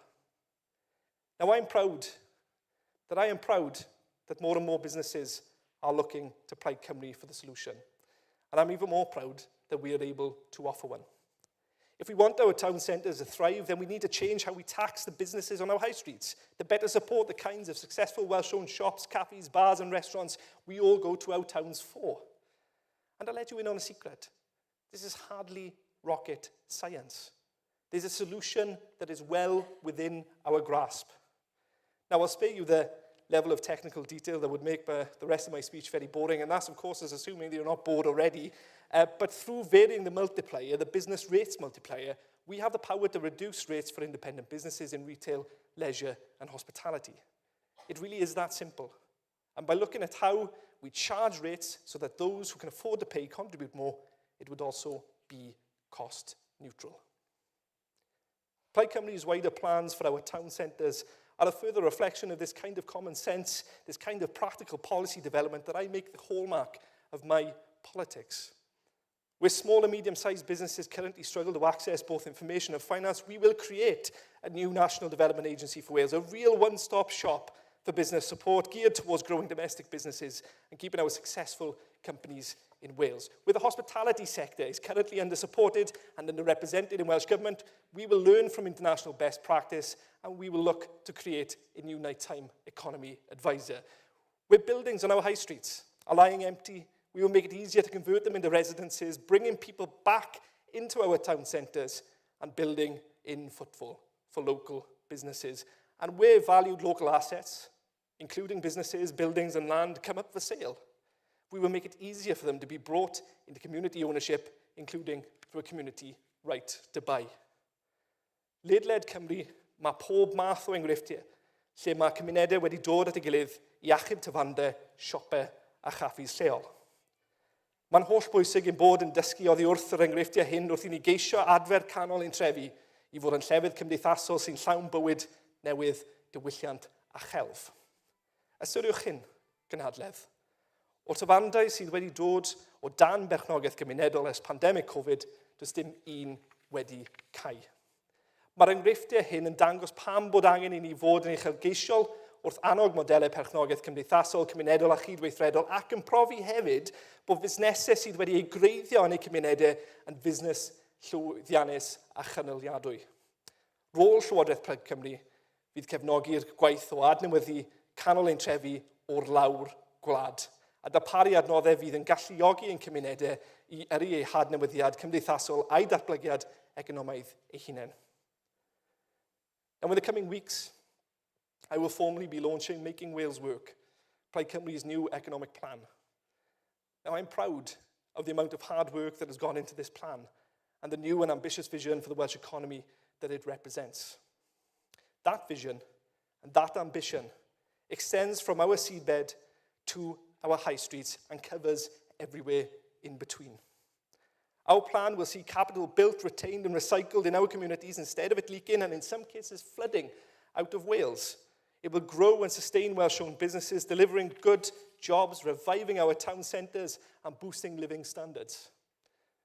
Now, having given you a flavour of what I believe our plan can and will deliver today, I cannot wait to share it in full. Conference, ours is a vision of a Wales in which no child grows up poor, where every young person has access to fulfilling work, education or training, and where the economy sustainably meets the needs of our people, not the other way around. Where Labour has long since run out of ideas, Reform offers nothing but dog whistle soundbites, and the Tories have abandoned the political stage to the snake oil salesman to their right, I am clearer now more than ever that Wales needs a government with a real vision and with fire in its belly. Wales needs a Plaid Cymru government, and the next year we will have an historic opportunity to deliver one. So let's go out there, let's deliver on that opportunity dros Cymru.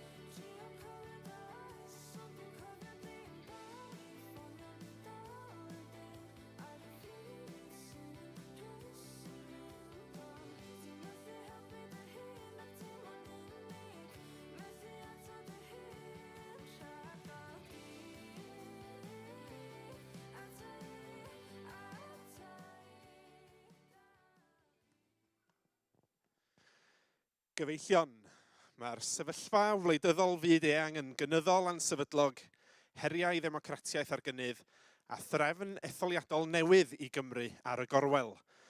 In an increasingly unstable world with threats to democracy on the rise and with a new electoral system for Wales on the horizon, please welcome our guests for this special question and answer session sponsored by the Electoral Reform Society.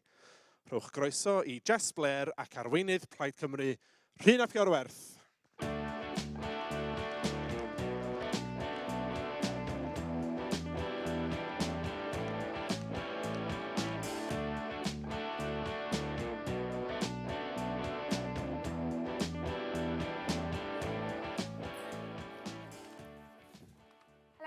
And welcome to this unique conversation, I think, about the state of global democracy at the moment.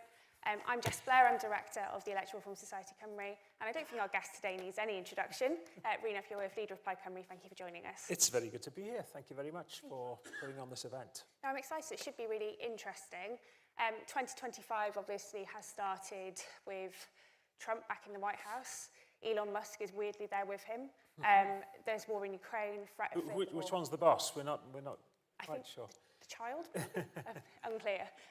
But there's threat of further war in Europe, the rise of AI, mis and disinformation. Do you think, really easy question to start with, we're in a time of global democratic crisis? I absolutely think we are.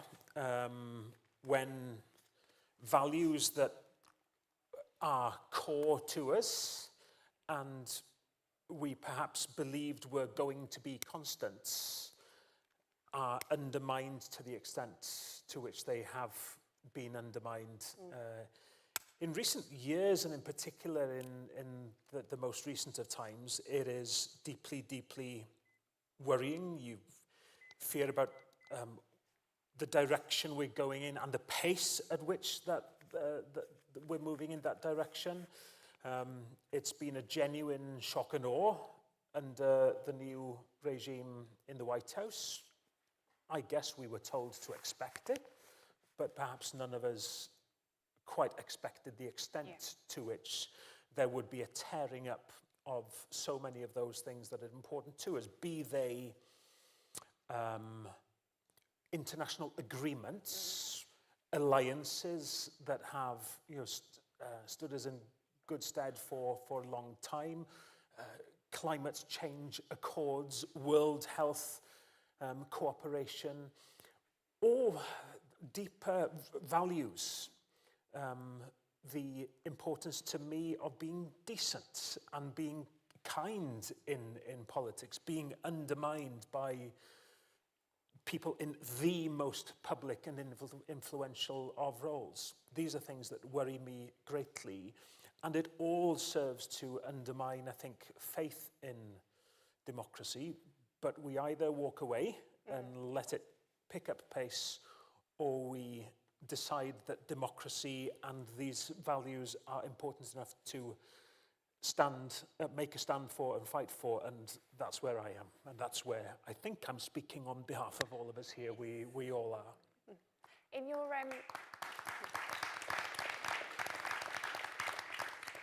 In your speech yesterday, you mentioned this wave of disinformation, and at the moment that feels a little bit remote. You've got the aforementioned Elon Musk taking over Twitter X. You've got Mark Zuckerberg in January saying that Meta would no longer be using third-party fact checkers, I think due to bias. I think that's an interesting one for me. This all feels like it's maybe happening on American soil, but what do you think the impact will be on UK elections, particularly the Senedd election next year in Wales? Oh, I don't think of this for 1 second as being that's happening in America only. Much of it is being controlled from America. Yeah. Maybe that's another issue, of course, and having all those tech leaders getting behind Tony Blair, what did I say, Tony Blair? Donald Trump's presidency in the way that they have, to varying degrees, some explicitly supporting and others just kind of giving up and deciding that they have no option but to play along with it. You know, it's being run from there, but it's affecting us. We've seen it on our social media here in particular. I've probably been on Twitter now it'll be coming up to 16 years. I think it's 2009 I signed up to Twitter, and Twitter was a really valuable place. It felt like a pretty safe place to be, an interesting place to be at times, for sharing ideas, for testing out ideas, to see what your opponents thought. I mean, these places are, cesspits now where people have a license, because Trump can say it, so can I, to take politics and political discourse, if you can even call it that now, to really, really dark places. So you have to ask, where does that discourse take place? And misinformation and lying is the norm. Truth Social is the most ironic name ever, isn't it? Probably for any kind of information sharing platform. That's Donald Trump's own version of Twitter to all intents and purposes. And it really worries me. And in particular for a smaller party like us, that's been dependent on taking our message out more directly to people, in our 100 years of existence, and knocking on doors and having conversations with people. Money talks now more than ever too, through these platforms. We can't match that kind of money. I do ask people, please put your hands in your pockets as much as you can to help us at least try to use our place on those platforms as effectively as we can, but we can't compete with it. And coming into an election next year when you will be up against the might of Elon Musk's spending power, he won't know there's an election in Wales, but his algorithms will. No, absolutely. And I think the thing that worries me is that we are, in Wales at least, taking steps to address some of this. So there's been conversations in the Senedd at the moment around deception, those kind of measures, but they all seem to be fighting against this kind of global tide. This kind of big kind of unseeable force that really is going to actually affect the discourse next year, I think. I wanted to come on to UK politics a bit more and think about trust. The National Centre for Social Research found last year that 45% of people in Britain almost never trust any government, not depending on their political party, to put the needs of the nation above their own party. That's gone up massively since the pandemic. I think 22% since then. I have got notes, so I'm trying not to look at them. I think we can all think of a few reasons why this might be. I'm interested in your kind of take on it and really why trust in the UK is so much worse than other nations. It's something that I've always taken an interest in, not just as a politician myself, but as a journalist beforehand. We always used to spend a lot of time looking at the question of voter engagement. We wanted to play our part as journalists in engaging people with the democratic process. I took very seriously my role as a journalist in encouraging engagement with democracy, boosting democracy itself in doing so. And it's something that is of concern to me now as an elected politician myself, who wants people to listen to things I say and believe that I'm saying them because I mean them. Yeah. And I do, by the way. But you know that there is has been a growing cohort of people who do believe that we're in it for ourselves and we just say whatever we can to win votes. Why has that been becoming more prominent as an attitude towards politics? I think the convergence of the two UK parties in many ways is problematic. I think it's important for people to see clear distinctions between what one party believes and what another does. We all hear it when we canvass, don't we? Da ni'n curo ar ddrysau pobl, a mae pobl yn deud wrthon ni, da chi gyd yr un fath.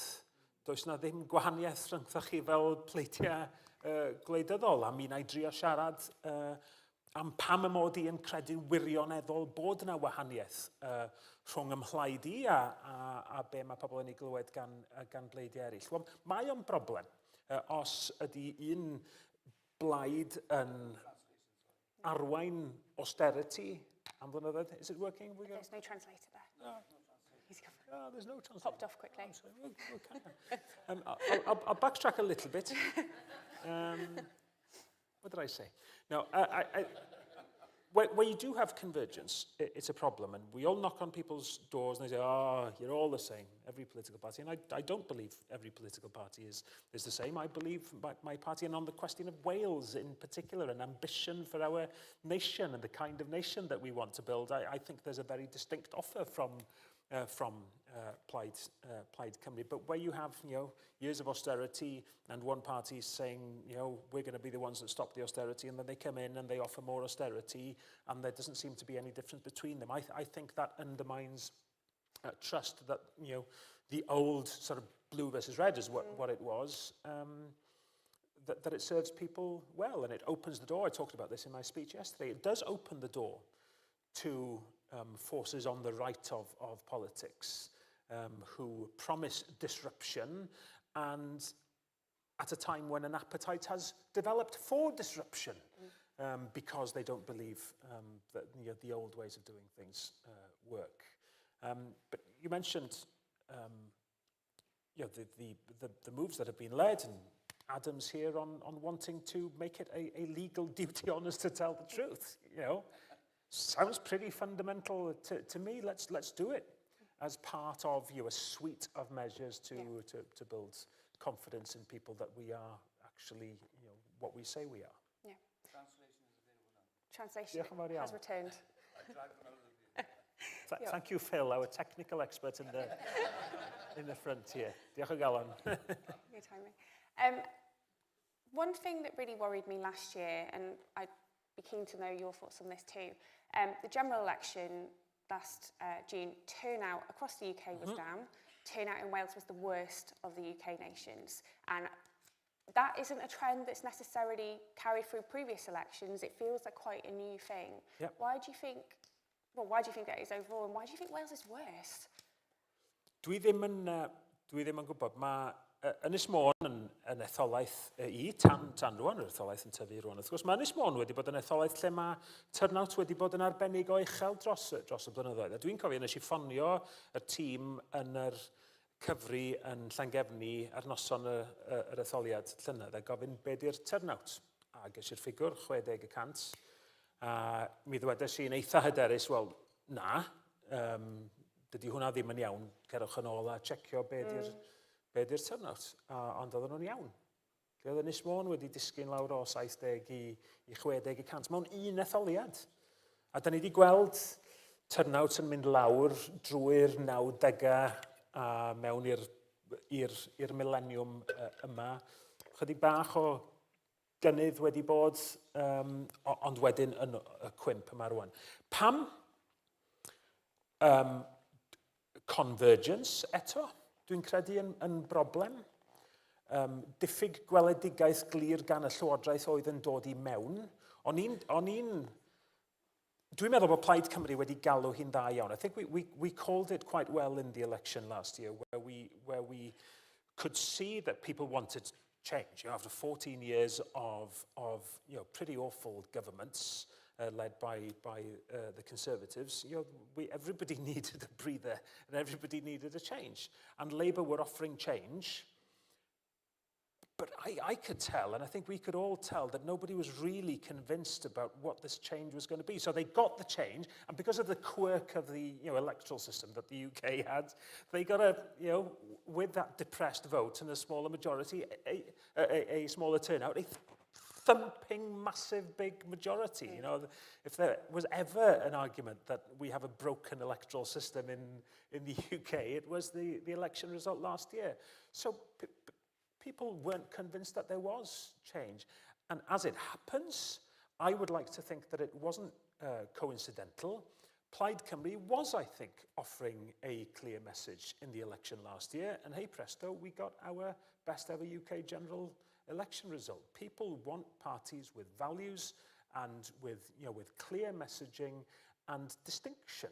Being distinctive is important, and we are distinctive. We've played a unique role in Welsh politics for 100 years, and not me personally, I was going to say, we plan to continue doing so for another century and beyond.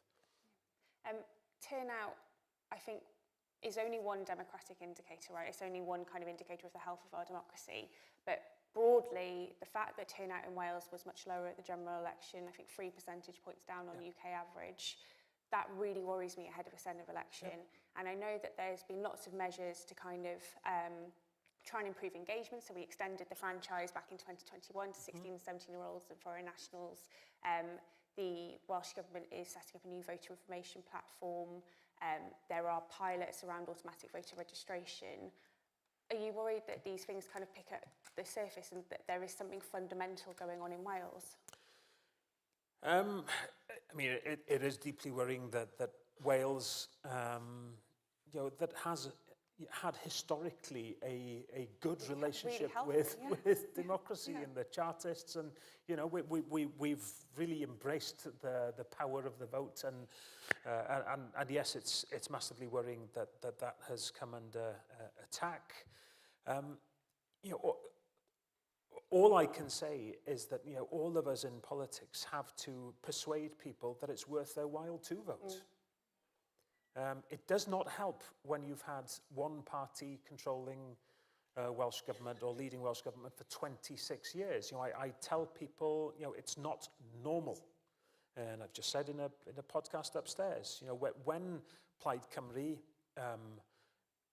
do have that breakthrough in leading Welsh Government, I don't expect that it will be forever and ever. Because that's not normal either. We have to be up to, being challenged and held accountable then when we, in a year's time, hopefully, do have that breakthrough in the Senedd election. But we have to persuade people that it's worth their while to opt for that change. And if they don't believe change is possible, they're less likely to engage with that political process. We have a new electoral system in Wales that we can talk about. It's not perfect. It's not the one that we would have chosen, but it is one where every vote matters and where Plaid will have to take the fight to, the electoral fight to every single community in Wales, because we will need support of everywhere, north, south, east and west, to maximise our chance of leading that change in Welsh Government from next year. We've got to prove to people and we've got to explain to them and we've got to persuade them that their vote actually does matter. And it's in values and it's in policies and it's in them understanding that they have a system that allows their votes to count. You've given me a nice segue there, talking about the Senedd and the changes to the electoral system. The word change used quite a lot there, and actually I think the Senedd election in 2026 will be one of change for many reasons, not just because of the potential outcome of that election, but because we are going into that election returning more members, so going up to 96 from the current 60. There is that different electoral system, there are different boundaries, there is still a new franchise. I don't think that really has rolled out to the effect we hoped for. There may or may not be automatic voter registration. My stress dream, honestly, at the moment is communicating this to voters. It's really keeping me up at night.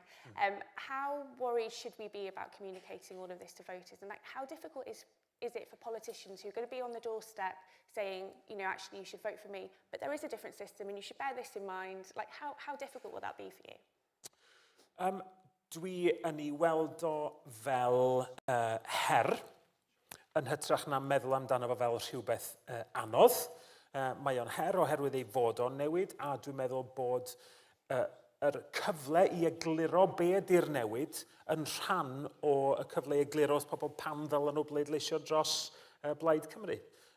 Dwi yn mynd i fod yn trio cyffroi pobl bod y ffordd wahanol maen nhw yn pleidleisio yn yr etholiad y flwyddyn nesaf yn mynd i allu golygu canlyniad gwahanol a plaid wahanol i lafur yn arwain llywodraeth yng Nghymru. Felly mae'n her, ond mae'n her dwi yn ei chroesawu. Mae yna bryder dwi'n ei chlywed gan bobl sy'n dweud fydd pobl ddim yn deall y system newydd. Ond dwi'n cofio gweithio fel newyddiadurwr gwleidyddol yn 1999, pan oedd pobl yn siŵr na fydda etholwyr yn deall y system ethol newydd. Mi nath pobl Cymru brofi yn yr etholiad cyntaf hwnnw i bod nhw yn soffistigedig iawn ynglyn â'i dealltwriaeth o'r system newydd, ac yn syth wedi gallu defnyddio i pleidlais gyntaf etholaeth a'i pleidlais ranbarthol mewn ffyrdd gwahanol. A mi ddoth hynny a bydd i Blaid Cymru. I mean, the main change this time is, and it's, I think, a valuable currency going into the election, is that the inbuilt bias that Labour have had working in their favour is removed. Nothing lands in our laps. You know, it's not a system that favours Plaid Cymru at all, but it's a favour that doesn't favour Labour as the other one did. That opens the door to the possibility of a different party setting the tone for Wales by having a different First Minister other than Labour. I find that massively exciting, and it's going to be an absolute game changer for politics in Wales, I have no doubt. And coming at a time when the massive disillusionment that led to Labour getting a massive majority in the UK government. People disillusioned, they stayed at home, but they wanted change. That disillusionment now will punish Labour. Richard Wyn-Jones has summed it up as Professor Richard Wyn-Jones at the Wales Governance Centre at Cardiff University says that for the first time, Labour are paying the price of power. And that's something very important. It's something that's just a part of politics. You come into power, you take on that huge responsibility of coming into power, and yes, you have a chance of doing things that are popular, but you also do things inevitably that are questioned by people, and you would expect governments to pay the price for that. That hasn't been able to happen in Wales. Now it's happening. My favourite topic, the electoral system, let's come back to that. Obviously, the closed list system that will be used for next year's Senedd elections isn't Plaid's favourite system. No. That was very much part of a compromise, a deal between Labour. You've kind of mentioned the reality of we're going into this election with closed list, this is the system we kind of have to operate in. Is that the system you think we should stick with, or do you think Plaid, as part of government, will advocate for a change? Yep, we have made it really, really clear that for good reason, because we needed this to happen. This is a system that's, it's defendable. It's a perfectly valid democratic system, and it allows for the proportionality of votes in Wales to be reflected in the makeup of the Senedd. That is a good thing. But given that we think there are better ways,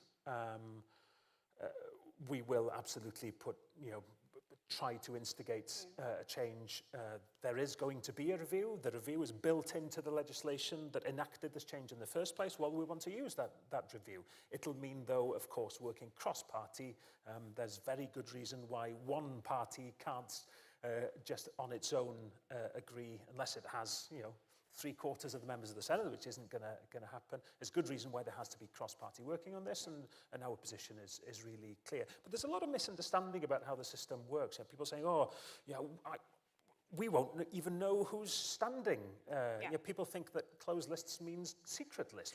They don't. You know exactly who your next Senedd member will be. I often describe myself as having been elected from a closed list of one. It's not the people of Ynys Môn that chose me to be the Plaid Cymru candidate. It was Plaid Cymru that chose me to be the Plaid Cymru candidate in Ynys Môn on a list of one. So it's, we can explain why this is a perfectly valid democratic system, but I do think that there are other means where we can strengthen it. Yeah, absolutely. I mean, ERS's position has been one that really backs reform. I think we've, in the same way, kind of compromised on the closed list system. We're very critical of the fact that people won't be able to vote for individual candidates. Yeah. However, in theory, it should lead to at least as much proportionality as the current system. Yeah. So I think hopefully it is kind of being part of that process of democratic change, not that event, certainly. Another area of change that perhaps was very much talked about as part of the Senate reform package was around gender quotas and putting diversity measures in place, which hasn't happened. The Welsh Government introduced a bill. We did a load of work providing evidence on that, and then they dropped the bill. So, Yes. yeah, Yep. need to do that. But without that, there are no kind of statutory measures in place. We are expecting the Welsh Government to publish guidance a week Monday around diversity measures that parties should take, but it's all going to be kind of opting in by political parties. Plaid seem to be really leading the way on this. Other parties don't. I'd be really interested to know what Plaid's position is on this, and what would you say to other parties who are perhaps not taking this forward as strongly? On gender and diversity. And wider diversity too. I mean, we've taken a clear stand as a party that now is the time to really put into practice something that we've long supported the principle of and have taken some measures on, but now is the time to actually pursue what is just the right thing to do, which is make sure that women are properly represented in the Welsh Parliament. It's a fairly simple concept and a principle that I support. We've put a mechanism in place that I know will deliver a brilliant team of women and men Plaid Cymru Senedd members from May next year, and Labour took the hit going back 20 years or so now, and they did put mechanisms in place, and it caused all sorts of frictions within the Labour Party. I was a journalist working covering those stories at the time, but the result of the work that they did was to make sure that they had a group where there was much more equality. We're doing that now, and it's really important that we do, and it will become the normal way to think of electing people or choosing candidates. On diversity, again, we haven't been good enough, have we, across the political parties in Wales, and we looked at ways of putting legal, statutory, putting things on a statutory footing. We're ending up where we have guidelines. It is absolutely up to us as all political parties to make sure that we represent Wales in the best way possible. And yes, that does mean making sure that people with disabilities are able to play their part in politics. People from different ethnic backgrounds are able to play their part fully in politics. Extends, in my view, to making sure that people have different ages, represented in politics, so that new Senedd feels as if it reflects Wales, and that's what it's all about. And we should all be really proud that we are putting the Senedd now on that platform that will allow us to develop as a nation. This will be our national parliament, as an independent nation. That's the size of the parliament that we will want. And it is never going to be popular to increase the number of politicians. I know that. But this is the right thing to do, because I fundamentally believe that Wales should not be democratically shortchanged compared with other nations. And when you look at Scotland and Northern Ireland, they're the most obvious ones to compare with Wales. Wales is democratically served poorly by our parliament, which, remember, was set up with weaker powers and smaller numbers because of a lack of respect shown to Wales by the Westminster establishment at the time. We've taken the bull by the horns. We're doing this now because it's the right thing to do, not because it's the popular thing to do. Absolutely. I'm always struck by the fact, I've been campaigning for a larger Senedd for about 10 years now in different guises, and every time I have to argue about this with my parents, which I do on a regular basis, I just tell them about how small the Senedd is compared to our local authorities in Wales, and that always kind of makes people think, oh, hang on a minute, why do you have a council that's larger than a national parliament? And there's a problem, numbers are big, and there's a cost to democracy, right? I believe that You have to invest in democracy and you invest in better scrutiny of government. I did a little sum. They're planning to spend on the building, the Houses of Parliament in London, something upwards of £20 billion. That would pay for strengthening Wales's democracy for more than 1,000 years. Right? 1,000 years, I think it's 1,200 years or something. That's what we're talking about. And yes, these numbers sound big, but that's the price of making sure that we are able to look after people in Wales through our democratic processes. You bring me very nicely onto my final question, and it's a really broad one. Your speech yesterday was kind of weaving in democratic themes throughout it. I'm really interested to know, kind of going into the next election, will democracy be that kind of big theme, the kind of big platform? Will it be weaved into your manifesto? Will it be weaved into your campaign? How does democracy fit within the future of Plaid Cymru? I hope you will feel a sense through our be it manifesto documents or certainly the messaging or the feel around Plaid Cymru's build-up to the election next year and hopefully beyond in government, that protecting and developing our democracy, not as an abstract concept, but as giving people in Wales a voice, reflecting what people in Wales think and want, is going to be key. I talked yesterday about Plaid Cymru government wanting to be accountable. That's something really, really important. Being transparent about our goals, our ambitions, our plans on how to implement things. Everything that I do, yes, we develop policy internally. We work with some partners, many partners, stakeholders, but all of it is in partnership with the Welsh population. It all has to be. It's for them. It's not for us. It's for the people of Wales. And I want their voice to be represented in everything that we do. So Plaid Cymru Democracy Defenders going into the next election then? More than happy for you to use that title if you like. That brings us to a close. Diolch, Diolch yn fawr iawn. thank you very much, and thank you all for coming along today. Diolch yn fawr iawn.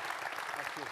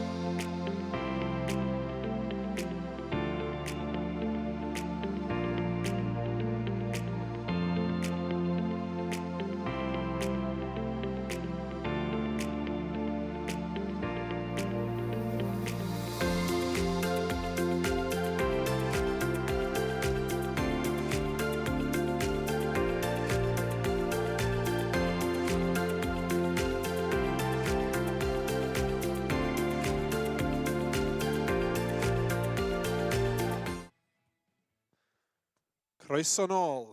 Ar y llwyfan nesaf, mae llefarydd y blaid ar 2 sy'n gweithio'n ddyfal i sicrhau bod na do uwchben pob un o drigolion Cymru.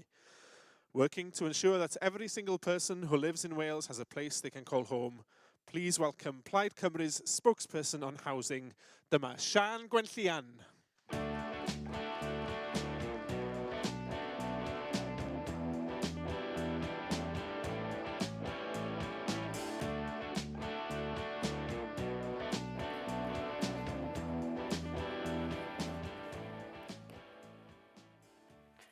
Pnawn da, Cynhadledd.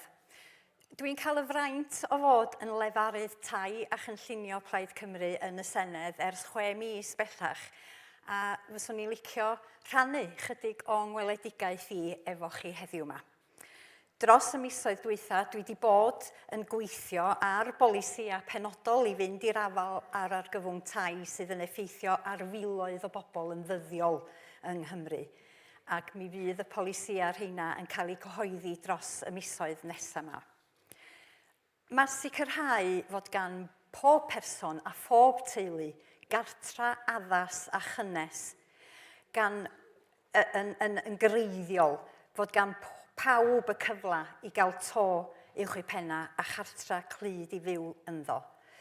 Mae hyn yn greiddiol i weledigaeth Plaid Cymru o Gymdeithas Deg a Chymdeithas Gyfartal, ac mae o hefyd yn greiddiol i'r agenda ataliol. Da ni'n clywed yn aml am yr angen i symud tuag at bolisia a chyllideba sy'n rhoi pwyslais ar atal problemau yn hytrach na delio efo problemau sydd wedi cyrraedd pwynt argyfwng. A mae hyn yn arbennig o wir am dai. Sicrhau cartre clyd i bawb ydy'r weithred ataliol bwysica oll. Bydd cartre cynnes sydd yn rhydd o damp a llwydni yn arwain at lai o broblemau iechyd a llai o bwysa ar y gwasanaeth iechyd. Ac mae plant sy'n tyfu fyny mewn cartra addas yn llawer mwy tebygol o fanteisio ar eu haddysg a mynd ymlaen i fyw bywydau llawn a sefydlog. Mae'r ffaith fod cynifer heb du yn methu fforddio tŷ yn ei brywydd, tra mae eraill yn manteisio ar berchnogi sawl tŷ, yn symbol clir o pha mor anghyfartal ydy bywyd yn y Gymru gyfoes. Ond gweitha'r gwerth ataliol, dydy tai a'r maes tai ddim yn flaenoriaeth i Lywodraeth Cymru. Dim ond 4.9% o holl gyllideb y Llywodraeth sy'n cael ei wario yn y maes tai. Does na ddim gweledigaeth, does na ddim strategaeth, ac mae'r gweithredu mwyn taclo'r argyfwng tai yn affwysol o ara deg.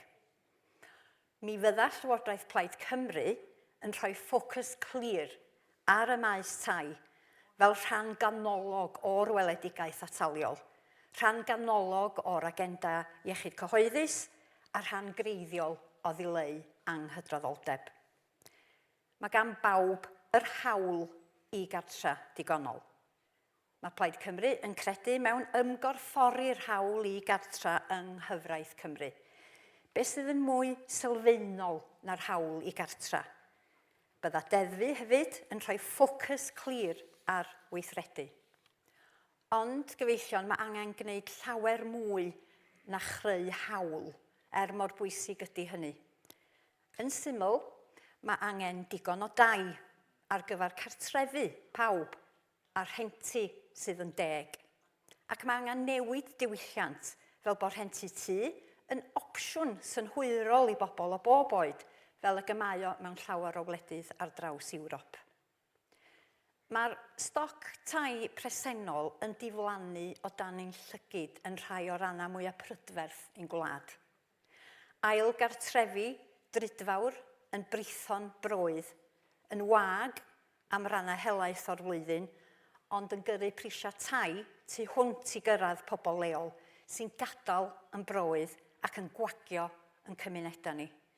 Mae gormod o gartrefi yn fusnesau llety gwyliau tymor byr, gan arwain at grebachu'r stoc tai sydd ar gael fel cartrefi i bobl leol. Ond, diolch byth, mae'n ymddangos fod y polisia ddaeth i rym yn ddiweddar yn dechrau cael effaith. Mae ymchwil gan Gyngor Gwynedd yn dangos fod y llif ailgartrefi oedd ar ei anterth yn y cyfnod clo wedi arafu yn sylweddol.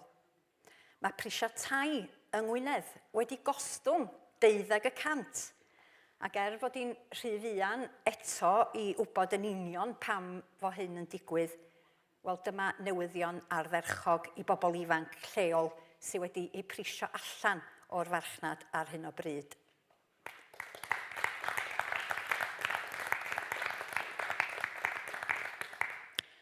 Polisia radical y mae Plaid Cymru wedi bod yn ei harddel ers blynyddoedd sydd wedi dod i rym. Ni ddaru fyny gweithredu gan y Llywodraeth Lafur a drwy'r cytundeb cydweithio, fe gafon ni gorfodi i roi polisia blaengar ar waith. Felly llongyfarchiadau mawr i Gyngor Gwynedd a Pharc Cenedlaethol Eryri am arwain y ffordd drwy ddefnyddio'r pwera newydd a gweithredu lles cymunedau.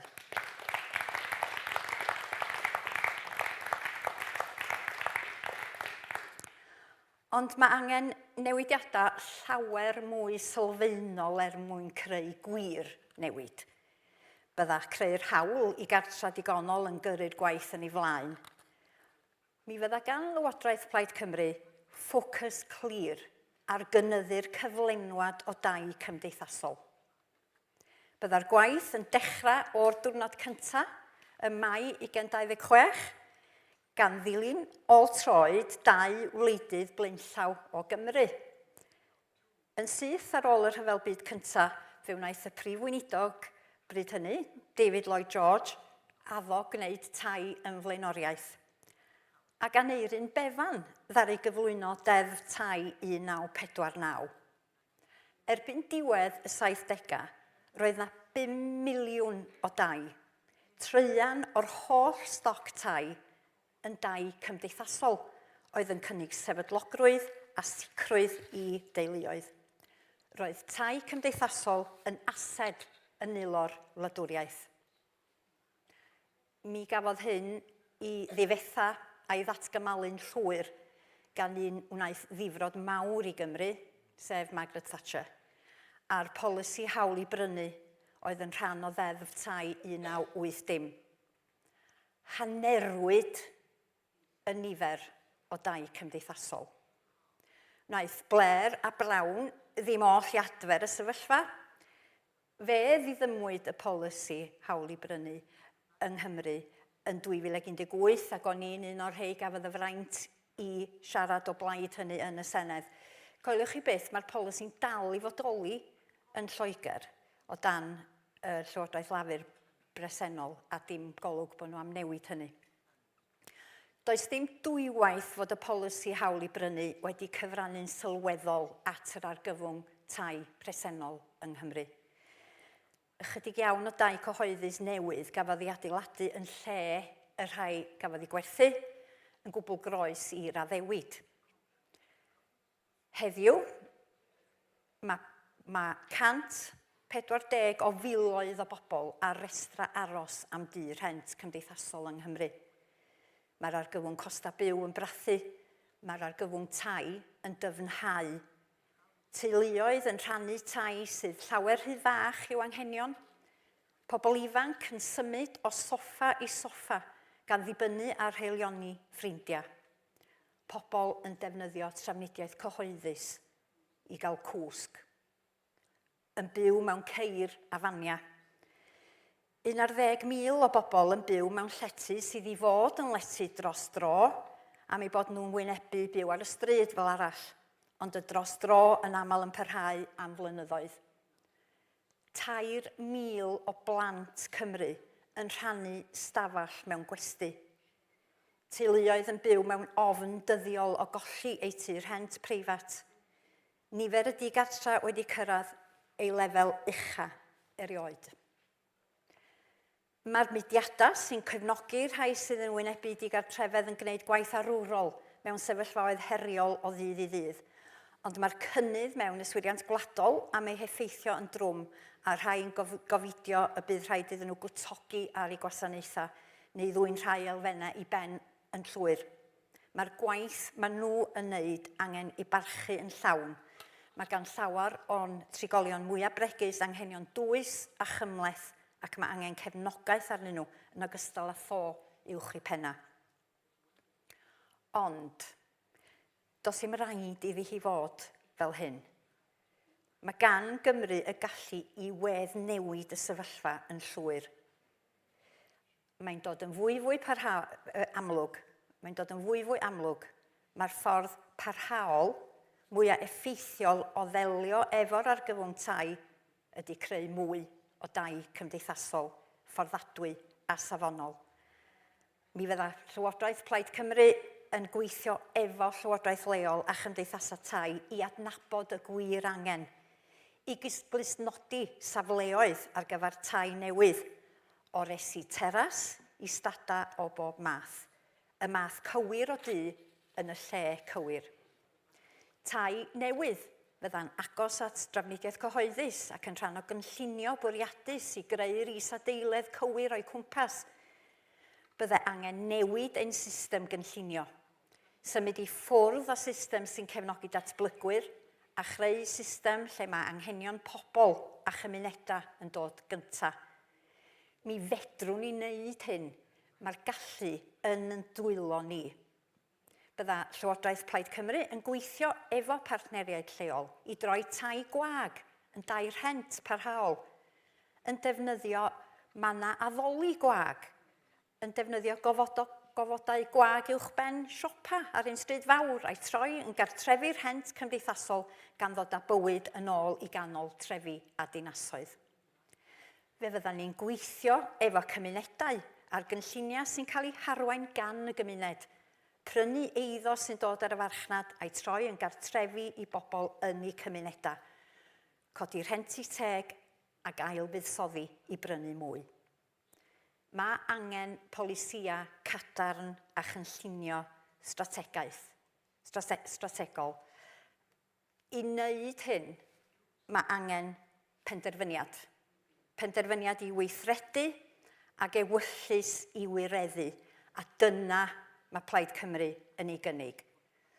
Oes, mae yna lawer o heria, da ni'n clywed yn aml am rheini wrth i lafur esgusodi ei methiant. Mae angen ffocws clir ar ddulliau ariannu orloesol, taclo diffygion y maes cynllunio a ffrinder tai. Yr unig ffordd i greu'r trawsnewidiad anferth sydd ei angen ydy drwy ethol gwleidyddion sydd ar dân am weld Cymru well. Gwleidyddion Plaid Cymru.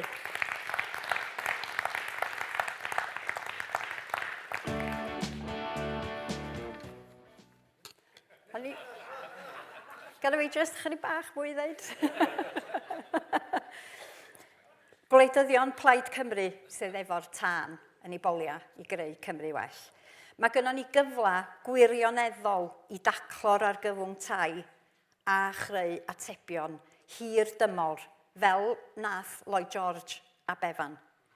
Mae yna gyfla gwirioneddol i ddefnyddio'r egni a'r dycnwch sydd yn rhengoedd y blaid bydd pawb o'n cydwladwyr ni a chreu cymdeithas sy'n gydradd a theg.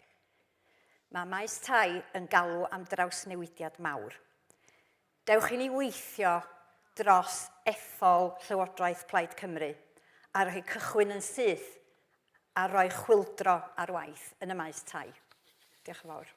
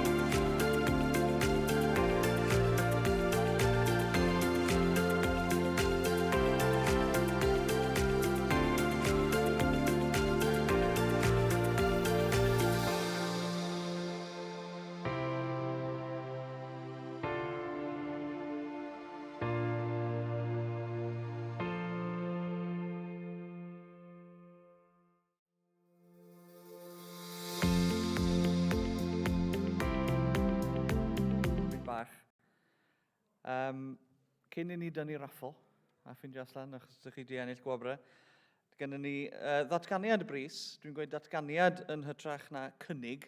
Fel ydych chi'n gwybod, dyn ni ddim yn gwneud cynigion yn y gynhadledd Wanwyn, felly does na ddim gwelliannau ag ati.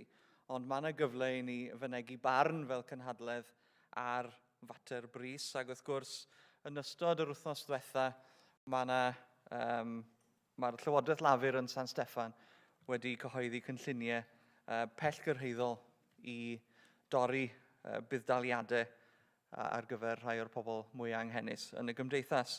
Felly gai gyflwyno tair o siaradwyr ar y pwnc yma, gan ddechrau efo Liz Saville-Roberts.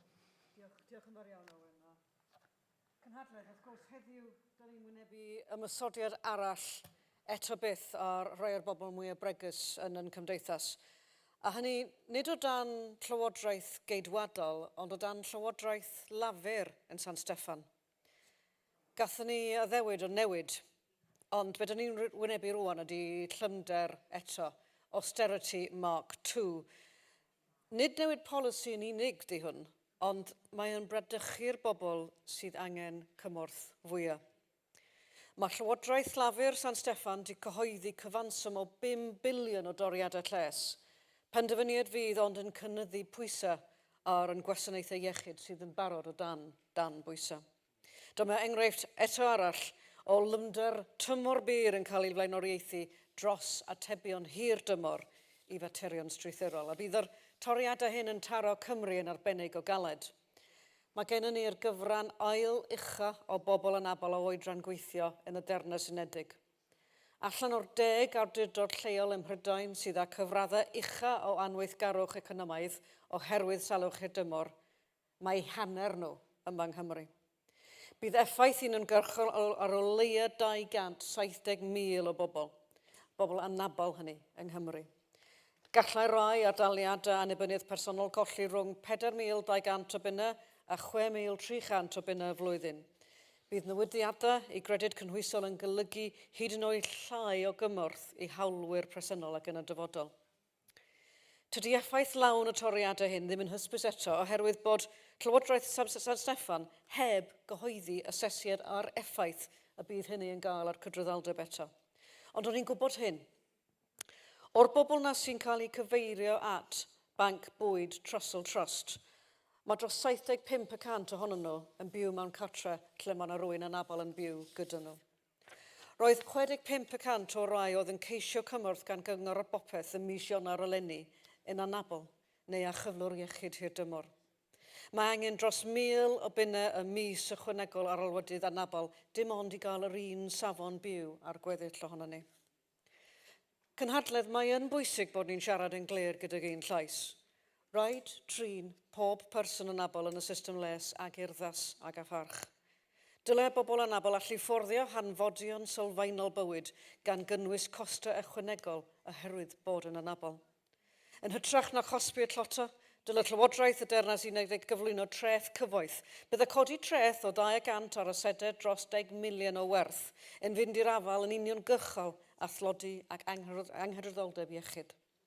Gallwn defnyddio'r cyllid hwn i fuddsoddi mewn gwasanaethau iechyd, meddwl a raglenni hyfforddiant ar gyfer bobl anabl wedi dylunio a'i darparu mewn partneriaeth a sefydliadau bobl anabl.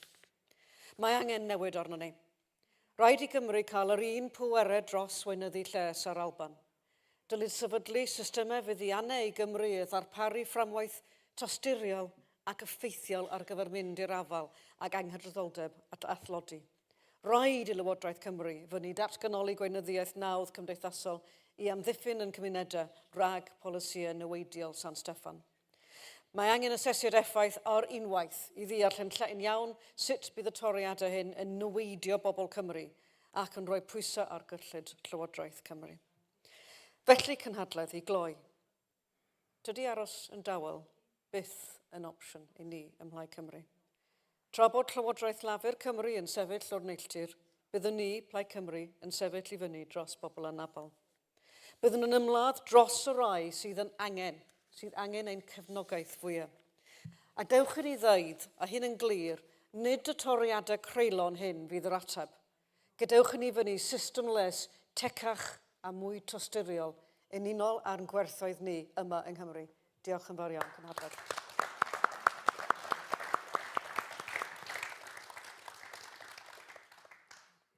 Diolch yn fawr, a gai wahodd cynrychiolwydd o Plaid Anabledd sydd wedi bod yn allweddol i roed yr cynnig yma ger bron y gynhadledd.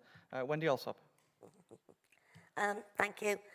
As a member of Plaid Anabledd and recently becoming a disabled person myself, it's from the heart that I speak to conference today. And it was only becoming disabled that I realised how broken the current system is in Westminster. And these proposed cuts, are only going to make it worse. This is why I'm proud today to be here on stage with Liz and Sharon to fight the corner for disabled people and support this emergency statement. We must gain the same powers as Scotland over the welfare administration.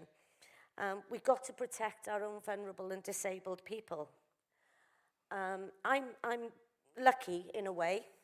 It took 8 months for the DWP to look at my application to get a hoist fitted in the boot of my car. 8 months I was waiting to get back into work. I had the support of my employer every step of the way. Helydd supported me, she was behind me, and she was there for me. Not everybody has a Helydd fighting their corner for them. We in Plaid Cymru have to take up the mantle for our vulnerable and our disabled people. We need to protect our disabled community, and we need to stop these heinous welfare cuts and reforms that are happening in Westminster. And Plaid Cymru, we have a chance to take these steps to take the whole welfare system into our own hands to provide a better future for our disabled people. Thank you.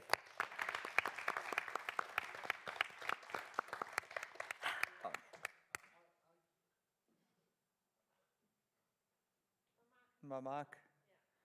Diolch yn fawr, Mark. Mae'n neis iawn gweld ti yma. Mae'n braf iawn gweld ti yma, Mark. Dyn ni wrth yn bodd i fod ti yma yn y gynhadledd efo ni. A diolch yn fawr i ti am ddod.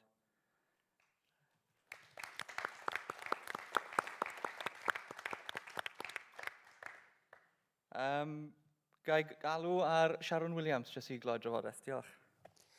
Yn ystod yr etholiad cyffredinol, o'n i'n rhyw ddau stryd i ffwrdd o'n nghartrau yn rhoi taflenni trwy drysau dros Catrin Wedge. Yn ystod y broses yma, nath un o fo lwynio ni dod brant o lwybr gar wrth rhywun. Ac yn iarf mewn fy hun gan bod fi jyst yn taflenni fy ardal i. Tra ni'n aros yna yn ceisio gweithio allan sut o'n i'n mynd i gael help, weles i rywun oedd yn taflenni dros llafur yn dod i mewn i'r sgwâr. Nath o cychwyn taflenni yn sgipio'r gardd lle o'n i wedi bod yn eistedd. Roedd o wedi bod yn anwybyddu fy ngais i siarad. Tra roedd yn y gardd nesaf, nes i gweiddi allan, I'm stuck. A nath o chwerthin. Nath o barhau daflenni a nes i gweiddi allan, can you help me please? Nath o deud chwerthin a gadael y sgwâr wrth sgipio nifer o dau. O'n i ddim yn gwybod ar y pryd roedd y teimlad o obaith yma ac yna sylweddoli doedd dim help yn ddod. Yn mynd i fod yn profiad i bobl anabl o dan llywodraeth llafur. Dyn ni ddim angen pobl sydd yn gweithio ar pethau fel y bapur werdd yma heb siarad efo unrhyw bobl neu mudiad dros pobl anabl. Mae nifer o bethau yn digwydd heb yn lais ni. Mae Plaid wedi gweithio gydag Anabledd Plaid, y pwyllgor sydd wedi gwneud i fyny yn hollol efo pobl anabl ar y ddatganiad yma. Ac mae'n bwysig bod gyda ni pobl sy'n gwrando arno ni i roi ni hawl i fyw. Nothing about us without us.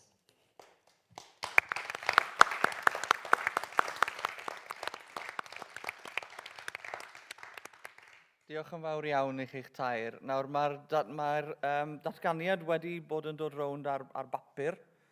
Dyna ni'n hen ffas pan yma. Felly, gai ofyn i bobl cymeradwyo'r datganiad neu beidio. Fel o'n i'n gweud, does na ddim motions a amendments yn y Cynhadledd Wanwyn. Llai ofyn i chi godi rhain i gymeradwyo, os gwelwch yn dda. Ac unrhyw un yn erbyn? Na, diolch yn fawr, felly diolch yn fawr i chi am basio y datganiad yma. Newn ni nawr symud ymlaen tuag at gynnal y raffl, a diolch yn fawr i chi'ch tair am y cyfraniad pynhaw yma. Diolch yn fawr i chi. Thank you.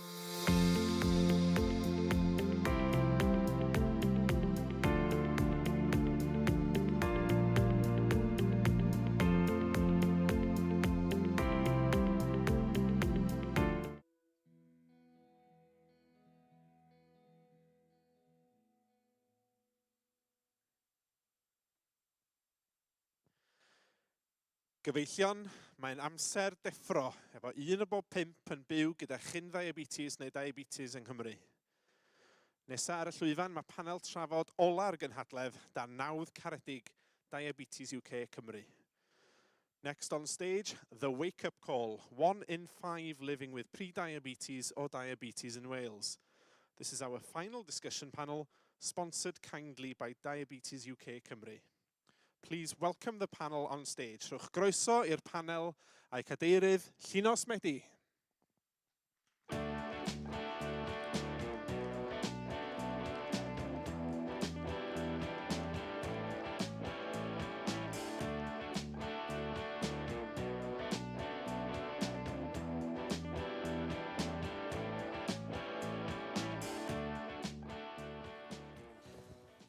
Pnawn da, ac fel ydodd cyflwynydd y fanna, mae o'n ffigwr syfrdanol yn dydy, 1 ym mhob 5 yng Nghymru yn diodda efo diabetes neu pre-diabetes, ac mae hynna wedi dod allan yn y data diweddara yma, a maen nhw'n ystadegau brawychus iawn, a dwi'n meddwl bod o'n bwysig heddiw bod y panel yma yn codi ymwybyddiaeth, ond yn hefyd yn gosod beth yw'r weledigaeth o ran symud ymlaen, ac yn cael y drafodaeth yna o ran beth sy'n bosib i ni wneud fel gwlad ac yn cymmunedau ni hefyd. Felly, cyn mynd ymhellach, dwi am gyflwyno y panel i chi.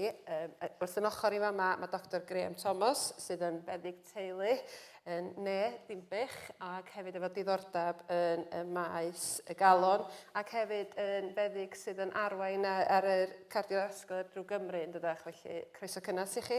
Wrth i ochr o fanna, mae gennym ni Matthew Norman, sydd yn ddirprwy gyfarwyddwr Diabetes UK yng Nghymru. Diolch i chi am ymuno efo ni, ac ar y pen draw yn fanna. Dwi wedi gosod mabon ar y pen draw fanna fel bod fi'n wedi sbio yn flin yna fo os yw ddim stopio siarad. Mae mabon, fel da ni gyd, yn gwybod â chyfrifoldeb iechyd i grŵp Plaid Cymru yn y Senedd. Felly, croeso cynnas i chi. Dwi am ofyn i chi gychwyn, jyst i roi chydig o eiri ar y cychwyn yn fama, am dan pan bod gennych chi ddiddordeb yn y maes ac yn y blaen, ac i wneud yn siŵr codi ymwybyddiaeth o'r hyn da chi eisiau gyflwyno.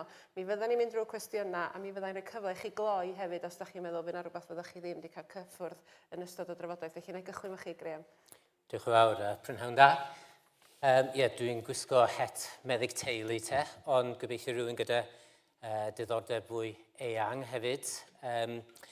Mae clefyd sugar, diabetes mor bwysig, ond pobl sy'n byw gyda cyflwr yn gwybod bod gynnyn nhw siawns hanner a hanner ohonyn nhw'n mynd i farw neu ddioddau o clefyd y galon yn ystod ei cyflwr.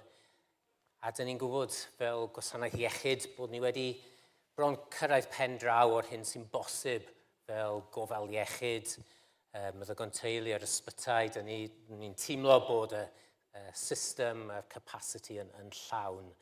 Felly mae'n amserol iawn i edrych ar beth sy'n arwain at hyn oll. Sut fedrwn ni troi'r cloc yn ôl neu camu yn ôl hyd y llwybr. Mae pob gwlad yn y byd, mwyn lai, lle mae yna data yn mynd yn fwy dew. Dyn ni'n trymhau, mae bywyd yn brafiach mewn ffordd arno ni gyd. Dyn ni'n gorfod gweithio llai yn gorfforol. Mae bwydydd yn rhyfeddol iawn yn haws i gael hyd iddyn nhw. Hyd yn oed yn Lesotho, lle dwi'n gweithio hefyd, mae caloriau yn dod yn rhatach ar draws y byd. Felly, dyn ni gyd yn mynd yn drymach, a mae hynny gyda oblygiadau mawr iechyd. Mae'n dibynnu ar lle dyn ni'n byw, y trefi, y dinasoedd, pentrefi yn enwedig yng nghefn gwlad. Trafnidiaeth dyn ni'n defnyddio, ni gyd yn eistedd yn ceir. Mae'n dibynnu ar y bwydydd sydd ar gael i ni yn gyfleus ac yn rhad. A faint ni'n credu bod eisiau ymarfer corff, faint o gyfle sydd i wneud yn patrwm diwrnod arferol. Mae'n ymwneud yn bioleg, dyn ni'n dall bod ni'n etifeddu gynnynau sydd yn siapio ni i raddau, ond mae gynnyn ni'r un gynnynau o hyd, a pan oedd neu'n cyndeidiau'n crwydro coedwigoedd Cymru neu De Ffrainc efallai yn bita cnau a pigo ar bethau. Felly, dyn ni angen rhywsut darganfod dyfodol lle dyn ni'n gallu byw yn fwy iach a bod hynny'n peth naturiol i wneud. Diolch, Graham. A dwi'n fawr obeithio fydd y drafodaeth yma'n eich ysgogi dda i feddwl am hynny hefyd. Matthew, ymlaen i chdi, dwi wedi rhoi rhyw bwt o gyflwyniad i ni. Diolch. A pnawn da. Ie, so y ffigur di 1 mewn 5. A mae hynny'n ffigur cweith trwm i Cymru. So, da ni'n gwybod bod tua 266,000 yn byw gyda diabetes, math 1 a math 2. Mae 90% ydi math 2. Ac o math 2, mae tua 80% yn gallu atal efo byw diabetes.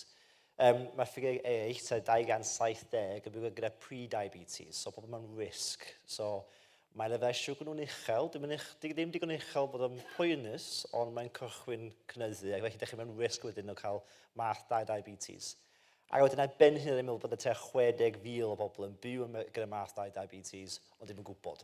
So, yn canlynol, tua 555,000 o bobl yng Nghymru yn byw gyda diabetes math 1, math 2 neu pre-diabetes. Mae'n cychwyn cynyddu pob blwyddyn, ac da ni wedi gweld dros 20 mlynedd dwytha, fel nath Graham ar ddangos drwy'r cychwyn y sgwrs, mae bwyd yn newid, felly mae nifer o pobl sy'n byw gyda cledd yn cynyddu. Ac da ni'n trio cael sgwrs yma i cychwyn meddwl sut gallu ni atal hyn. Newid meddyliau ni o gwmpas bwyd. Newid meddyliau ni o gwmpas be mae'n byw gyda diabetes. Weithiau pan mae bobl yn cael y diagnosis am y tro cyntaf, mae'n dweud, gyda fi dipyn bach o diabetes. Just newid pethau dipyn bach, gai cacan llai, neu na just newid pethau bach fel hyn. Ond na, mae o'n cledd cweit poenus, achos os da chi'n mynd i marw o diabetes, mae'n ffodus yn marwolaeth cweit araf efo maes ddau, ac os da chi ddim yn edrych ar ôl eich diabetes neu trino, newch chi colli llygad chi, newch chi colli troed chi, newch chi cychwyn diolfen o ffodus mewn ffordd o byw chi, neu hynny'n newid. Ac mae wedyn yn cael knock-on effect wedyn efo pob dim eraill, so deud bod chi'n cael retinotherapy, sydd wedyn deud bod chi'n colli llygad chi, a chi wedyn cael help i byw. Os oedd yn ci, neu pobl yn helpu chi'n gofal yn tŷ. So mae pwysau wedyn ar ei gig yn cynyddu. Ac beth ein tre cael gyda'r sgwrs yma ydy tre newid meddyliau o gwmpas faint o pwysau ydy i byw yn iach, ac y pam hain i osgoi diabetes yn lle gyntaf, enwedig math 2. Ac beth sy'n pwyni fi am y tro cyntaf, yn y rhai ysbyty yn De Cymru, da ni'n gweld bod mwy o plant yn cael eu trif o math 2 diabetes na math 1, a hwn am y tro cyntaf. Da ni'n gwybod mae tua 40% o blant yn y byd y math 2, ond mae'n mwy na hyn mae'n sicr. Ac bydd bywyd nhw wedi newid yn hollol gwahanol achos o gyda nhw'n byw o diabetes mor gynnar yn bywyd nhw. Da ni ddim yn gwybod beth ydy cymlethu hynna, ac da ni'n cweith ofnus am y newid sy'n digwydd. Diolch fawr iawn i chdi. Just yn fras i chdi fy map yna. Yn y byd busnes, a busnes rhyngwladol, mae pobl yn cyfeirio at Black Swan event a Grey Rhino event. Black Swan event ydy digwyddiad sydd yn anghyffredin, di rhywun ddim yn gallu paratoi ar ei gyfer o, a mae'n dod fel sioc. Grey Rhino event ydy digwyddiad lle, os allwch chi ddychmygu fod yna rhinoceros mowr llwyd yn rhedeg lawr y ffordd tuag atoch chi. Chi'n gweld y bwystfil yma'n dod tuag atoch chi, mae'n anferth o beth, a beth ydych chi'n mynd i wneud? Ydych chi'n sefyll yn ganol y ffordd a'r horwth o beth yn dod tuag atoch chi? Wel, ydych chi'n mynd i symud allan o'r ffordd os ydych chi'n gweld anghefil yn dod. Mae'r diabetes, clefyd y siwgr, yn rhinoceros llwyd. Mae'n dod lawr y ffordd tuag ato ni. Ni'n gwybod amdano fo. Ni'n gwybod bod o'n mynd i gostio, bod yn barod yn costio rhyw biliwn o bunnoedd i'r gwasanaeth iechyd. Ni'n gwybod bod o'n effeithio ar les y gansawdd bywyd pobl heddiw, ac yn golygu bod pobl yn byw efo ansawdd bywyd gwael o ganlyniad iddo fo, a ni'n gwybod bod o'n mynd i gynyddu. Ni'n gwybod bod o'n mynd i gostio fwy i'r gwasanaeth iechyd. Felly y cwestiwn i ni, gwneithurwyr polisi, pobl yn y maes gwleidyddol di, ydyn ni'n mynd i adael i'r horwth anghenfil yma redeg tuag ato ni a bod ni ddim yn symud allan y ffordd, neu ydyn ni'n mynd i wneud rhywbeth amdano fo. Ac hyd yma, dwi'n gweld bod yna ddigon o gamed wedi cael ei gymryd oherwydd bod ni'n gwybod mae'r rhybuddion wedi cael ei ddweud. Ni'n gwybod bod hyn yn digwydd. Felly mae'n rhaid i ni baratoi ar ei gyfer o. Dyna gobeithio ydi cychwyn y drafodaeth yma, dyna fyddwn ni'n gwneud mewn llywodraeth wrth gwrs, dyna ydy'r galwad arna ni heddiw, dwi'n cymryd. Ie, diolch i chdi Mabon. Dwi'n meddwl na ddywediad does, knowledge is king, dydy, a dwi'n meddwl beth sy'n bwysig, a dwi am gychwyn y fanna, ella yn y lle mwyaf sylfaenol. I bawb yn cymdeithas, be ydy'r arwyddion cyntaf o diabetes? Be ddylia unigolion gymryd o ddifri? Achos mae yna lot does mynd heb i ddiagnosio'n fuan. Felly dwi'n troi at chi, neu ddim troi at chi Mabon am hynny, dwi'n troi at chi yma am be ddylia ni fod yn cadw golwg ar? Wel, y ddau beth mawr ydy hanes teulu personol. Os oes yna hanes teulu o diabetes, mae hynny'n arwydd mawr. Mae o'n rhinoceros llwyd fel petai. A'r ail beth ydy pwysau chi eich hun. Felly mae'n digon hawdd gyda fformula bach, taldra yn erbyn eich pwysau a'ch body mass index, BMI, os dio dros 25, dych chi'n rhoi eich hun at fwy o risg. Felly, o ran symptomau, wel, mae'n un o'r trafferthion yw weithiau i rai bobl does ddim symptomau. Ond y rai clasurol ydy yfed mwy o ddŵr eisiau, dŵr, syched, pasio mwy o ddŵr, pisio mwy, blinder, a cael infections yn haws. Ond dyn nhw ddim yn penodol iawn, maen nhw'n non-specific. Felly, y dair rhinoceros mawr yw'r hanes teulu a'ch pwysau chi eich hun. Ie, felly, ella nesaf yn troi at diabetes UK Cymru yma, ydy'r llywodraeth medru hysbysu'r cyhoedd ar hynny? Oes na ddigon o waith yn mynd allan yna yn gwneud yn siŵr bod yna negeseuon yn cael ei rannu o beryglon diabetes a be ddylia rhywun wneud neu sylwi amdan i iechyd eu hunan? Amser ateb cwyd gwyn, na, does dim digon yn cael ei wneud. Efo symptoma, da ni'n gwneud campaigns yn Diabetes UK, so y 4T ydy peth haws. So, thirsty, tired, thinner toilets ydy y campaign da ni'n hedag. Wrth gwrs, mae hynny'n efo math 1 a math 2, wrth gwrs. Ac beth ni eisiau gweld, neu rhaid gweld ydy bod y sgwrs na'n cychwyn reit yn ysgol mewn ffordd. Mae efo bwyd y wedig. Ac o gwmpas y beth da chi'n chodi fewn i'r corff chi, sut mae corff chi'n gweithio.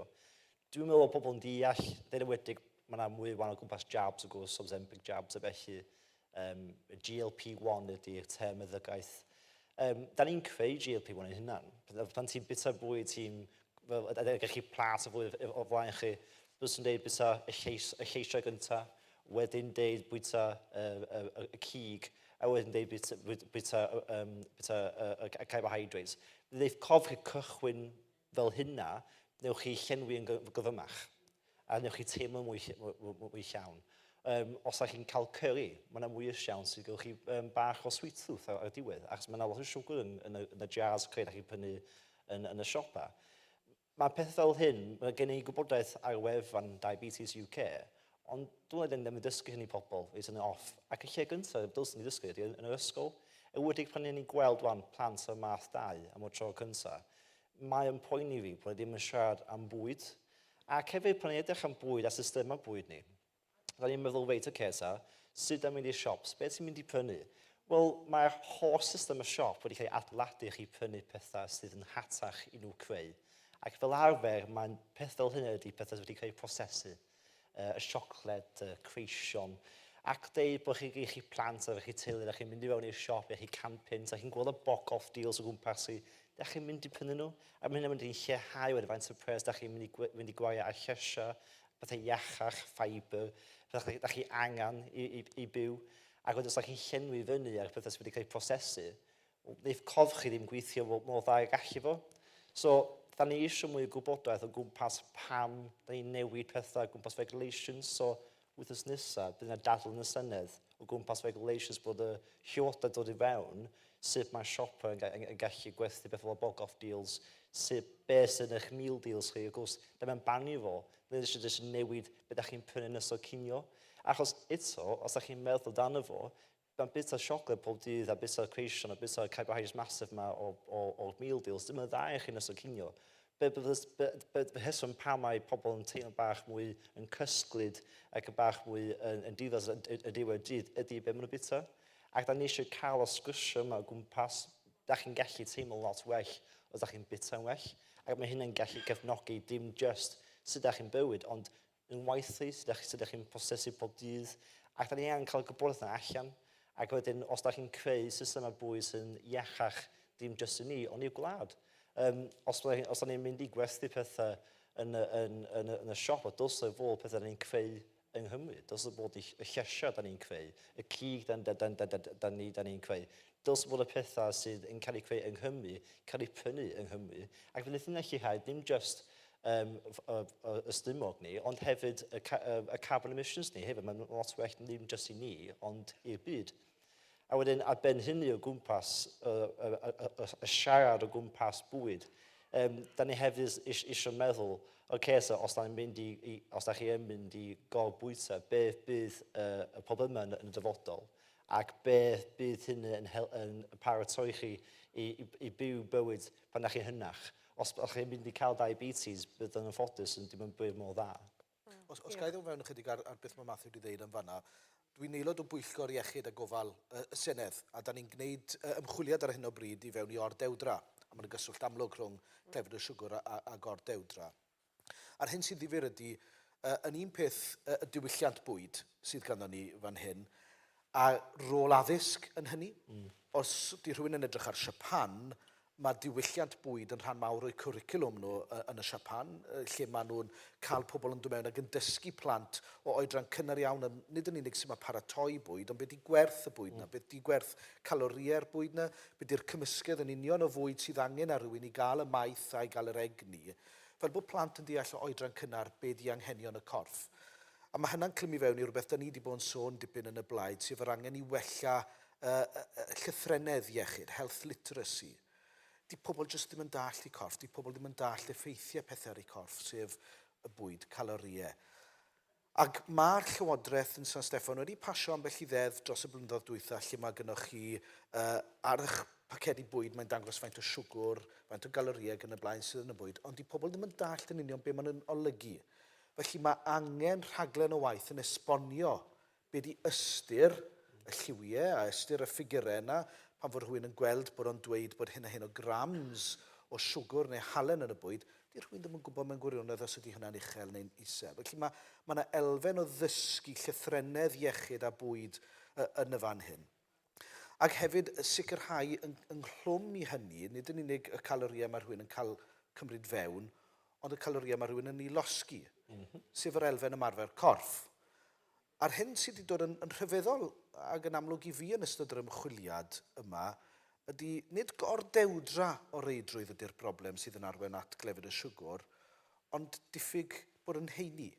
Mae rhywun yn medru bod yn cario tipyn o bwysau. Efo BMI gymharol uchel, os ydrych chi ar chwaraewyr rygbi Cymru, ar y pac, maen nhw'n hogi anferthol.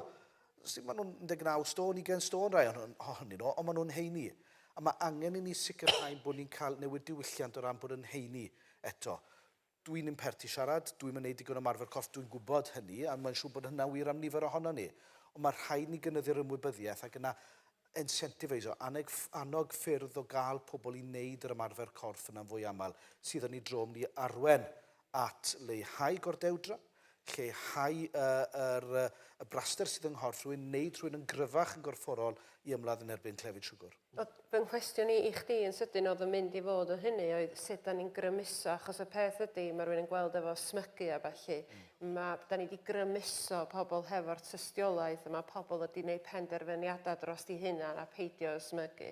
Mae eisiau gwneud yr un peth yma, felly wyt ti'n meddwl da ni wedi grymuso pobl drwy addysg yn unig, ta oes na ffyrdd eraill, gallwn ni grymuso'r cyhoedd hefo'r gwybodaeth, achos penderfyniad personol da ni gyd eisiau gwneud. Da ni eisiau gwneud penderfyniadau deallus i gyd fel unigolyn. Sut ydym ni'n mynd i fod yn gwneud yn siŵr bod pawb efo'r gwybodaeth yna i fedru gwneud y penderfyniadau unigol yna? Ydy, mae grymuso pobl yn greiddiol yn hyn. Mae'n un peth i atal pobl rhag wneud pethau, ond i atal pobl drwy'r amser ddim yn ddatrysiad, mae angen i bobl deimlo bod nhw'n ymwybodol o'r penderfyniadau o'i dewis eu hunain. Felly, mae'n rhaid defnyddio grym llywodraeth i annog, be mae rhywun yn alw'n nudge. gwthio pobl i ryw benderfyniadau. Mae hynny'n golygu pan fod ti'n mynd mewn i archfarchnad, yn lle mae dy lyged di'n gweld, wrth bod ti'n mynd i'r archfarchnad i brynu bwyd, bod ti'n gweld bariau siocled, bod ti'n gweld y melysion, y creision yn y blaen, bod ni'n gosod yna'n gorfodi nhw i osod ffrwythau a llysiau a dewis amgen iach. Yn hytrach na bod pobl dim ond yn cael dewis i, fel oedd rhywun yn cyfeirio ddoi yn ei areth bod rhywun yn cael un bar o siocled ac un am ddim, bod ni'n dweud, wel, bod yna opsiwn arall, bod ffrwythau yn rhan o'r opsiwn hynna. Ffrwythau sydd wrach yn cael eu tyfu yng Nghymru. Mi fysa hynna yn beth da, a mae rhaid ni, mae hwnna'n gwestiwn, mae llir yn mynd i ateb, yn ei dro. Ond dyna'r mathau o gamau sydd ddim yn gorfodi rhywun, sydd ddim yn hitio rhywun ac yn gorfodi rhywun fewn i ryw ffordd, ond yn annog pobl i wneud y penderfyniadau yna. Diolch dde, Graham i fewn ar hwnna, diolch. Wel, ie.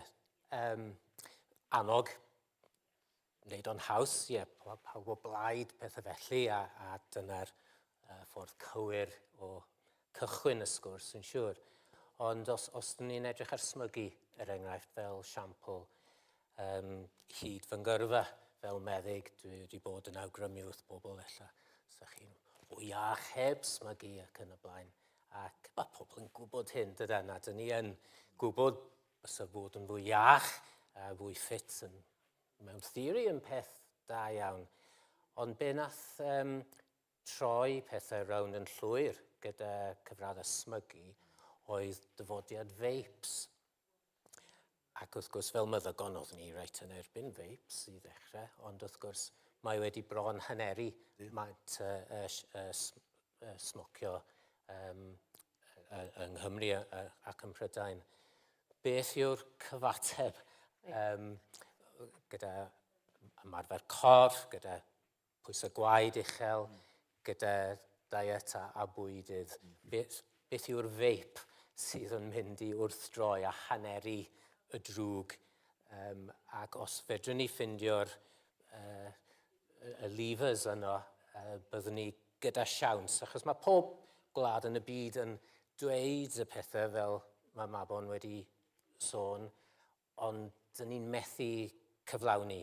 Ac mae yna gyfle fan hyn i Gymru i ddangos arweinyddiaeth go iawn. A bydd rhaid i pethau bod yn eitha radical, achos dyn ni'n gwybod lle mae'r llwybr Llydan yn ein harwain. Mae'n llwybr hawdd a dyn ni'n mynd i pwyso mwy a gweld mwy o diabetes. Dyna'r trywydd dyn ni arni. Felly mae yn mynd i cymryd chydig o bethau, mwy nag un peth mae'n debyg, eitha radical i troi pethau rownd, achos dwi'n mynd digwydd yn un lle. Ie, wel, o'n i'n mynd i ofyn nesaf, be ydy'r rhwystra yna rhag gallu creu gwasanaeth mwy ataliol sydd yn gyson drwy Gymru? Be sydd yn atal ni rhag wedi cyrraedd yna, a sut ydy'r negeseuon ddim yn cyrraedd adra? Ella, na i ddechrau efo chdi, Matthew, be ydy'r heriau yna? Wel, hynny bydd y gwasanaeth iechyd. Da ni eisiau helpu pobl helpu'n hunan.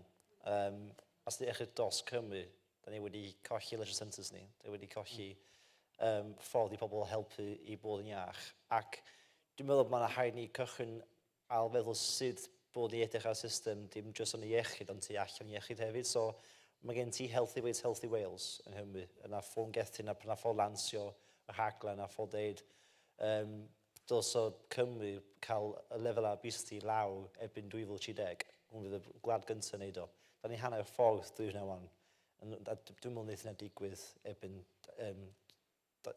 2030. Mae yna rhaglenni o gwmpas, o gen ni rhaglen atal diabetes yn enghraifft dros Cymru. Yn ffodus, dydy'r pres dim yna.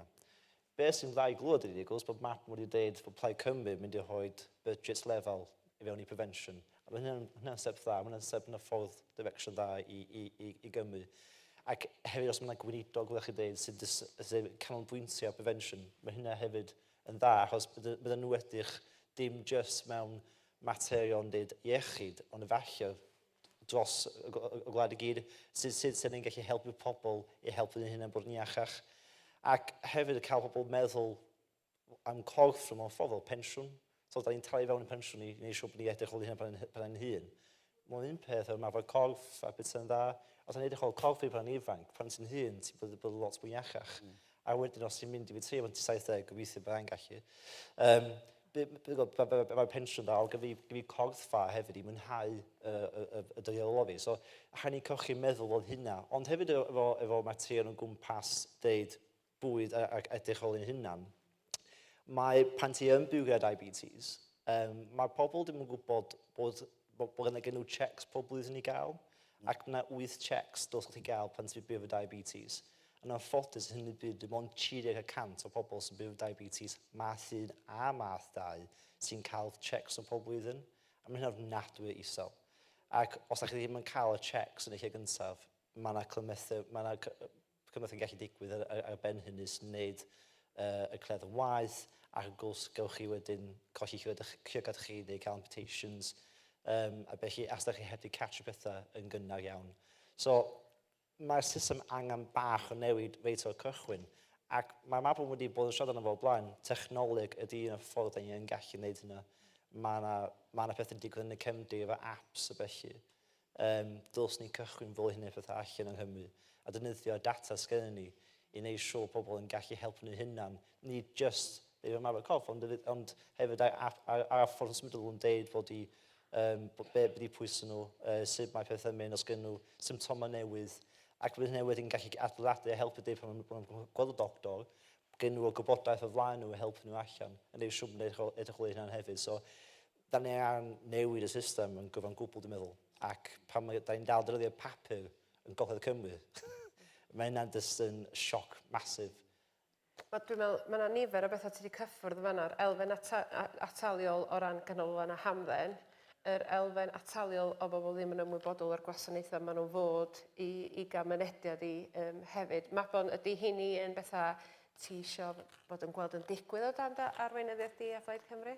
Ydy'n sicr. Mae clefyd y siwgr fel cynifer o gyflyrau cronig yn gyflyrau sy'n gallu cael ei atal. Felly edrych ar rhan fwy o ganserau yn yr un modd, clefyd y galon, mae yna bethau dylid i gwneud i atal hyn rhag digwydd i ddechrau. Felly mae'r elfen ataliol yna'n greiddiol i'r polisi yda ni fel Plaid Cymru yn ei datblygu ar hyn o bryd. A fel oedd Matthew yn dweud yn fanna, mi fysen ni'n edrych i gyflwyno rhywun yn y Llywodraeth, gweinidog yn y Llywodraeth, efo rôl yna o edrych ar yr elfen ataliol. Felly ar hyn o bryd, rhoi enghraifft, mae Rachel Reeves yn San Steffan, ti'n o'r gyfarwydd o Rachel Reeves, yn gofyn i bob un o'r meysydd portffolio yn ei Llywodraeth i edrych ar sut mae 100% o doriad yn mynd i edrych ar draws y bwrdd. Iawn, maen nhw'n ystyried hynna, ond efo ni o dan Lywodraeth Plaid Cymru, fyse gweinidog ataliol yn dweud, wel, hold on, o ran chi sy'n edrych ar y ddiwylliant a chwaraeon, be mae hyn yn mynd i edrych fel os ydych chi'n torri 100% o ran yr elfen ataliol iechyd? Mae hyn yn mynd i effeithio ar ddyfodol iechyd, felly peidiwch edrych ar hynna. Fyse gweinidog ataliol yn lle edrych ar yr elfen addysg yn mynd, wel, os ydych chi'n torri 100% o gyllideb addysg, yn enghraifft, be mae hyn yn mynd i olygu i'r elfen ataliol wrth ddysgu plant efo bwyd. Felly mi fysen ni'n rhoi yr elfen ataliol yna'n greiddiol yng nghanol pob dim da ni'n gwneud fel Llywodraeth. Ac yn ymhellach i hynny, mi fysen ni'n sicrhau fod na linell gyllidebol yn edrych yn benodol ar cyllideb ataliol. Fel yn bod ni'n medru neilltuo pres ar gyfer y prosiectau ataliol hyn, mwyn gwybod yn bod ni'n gwneud beth ddylion ni'n gwneud fel Llywodraeth a fel gwlad i atal pobl rhag cyrraedd y pwynt yma i ddechrau. Felly mae yna syniadau clir y fyse Llywodraeth Plaid Cymru yn ei gosod ar waith yn syth bin, a da ni'n gwybod bod posib i wneud o.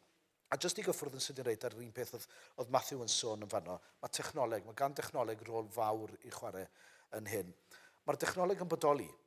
Da ni'n gwybod bod pobl yn cael mynediad drwy ffôn i'r gwahanol apps yma. Mae yna app yn bodoli efo yr NHS app, mae'n andros o wael ar hyn o bryd.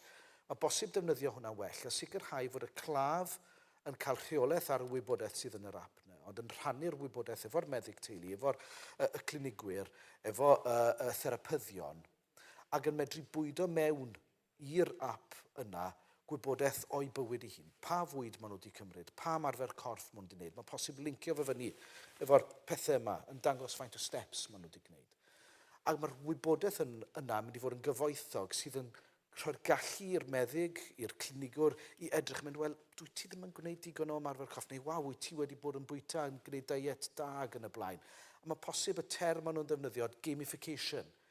defnyddio'r app yma mwyn sicrhau bod pobl yn cael bydd a cael ei gwobrwyo o gyrraedd y nod 10,000 o steps, enghraifft.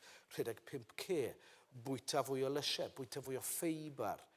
Ac trwy ddefnyddio'r dechnoleg, mae posib i fynd yn ôl at y pwynt o'n i'n gwneud ynghynt, y nudge yma, gwthio pobl, annog pobl i ffordd mwy iach o fyw. Dyn ni'n gwybod bod hyn yn bosib. Mae'n cael ei ddefnyddio, mae'n cael ei wneud mewn gwledydd eraill.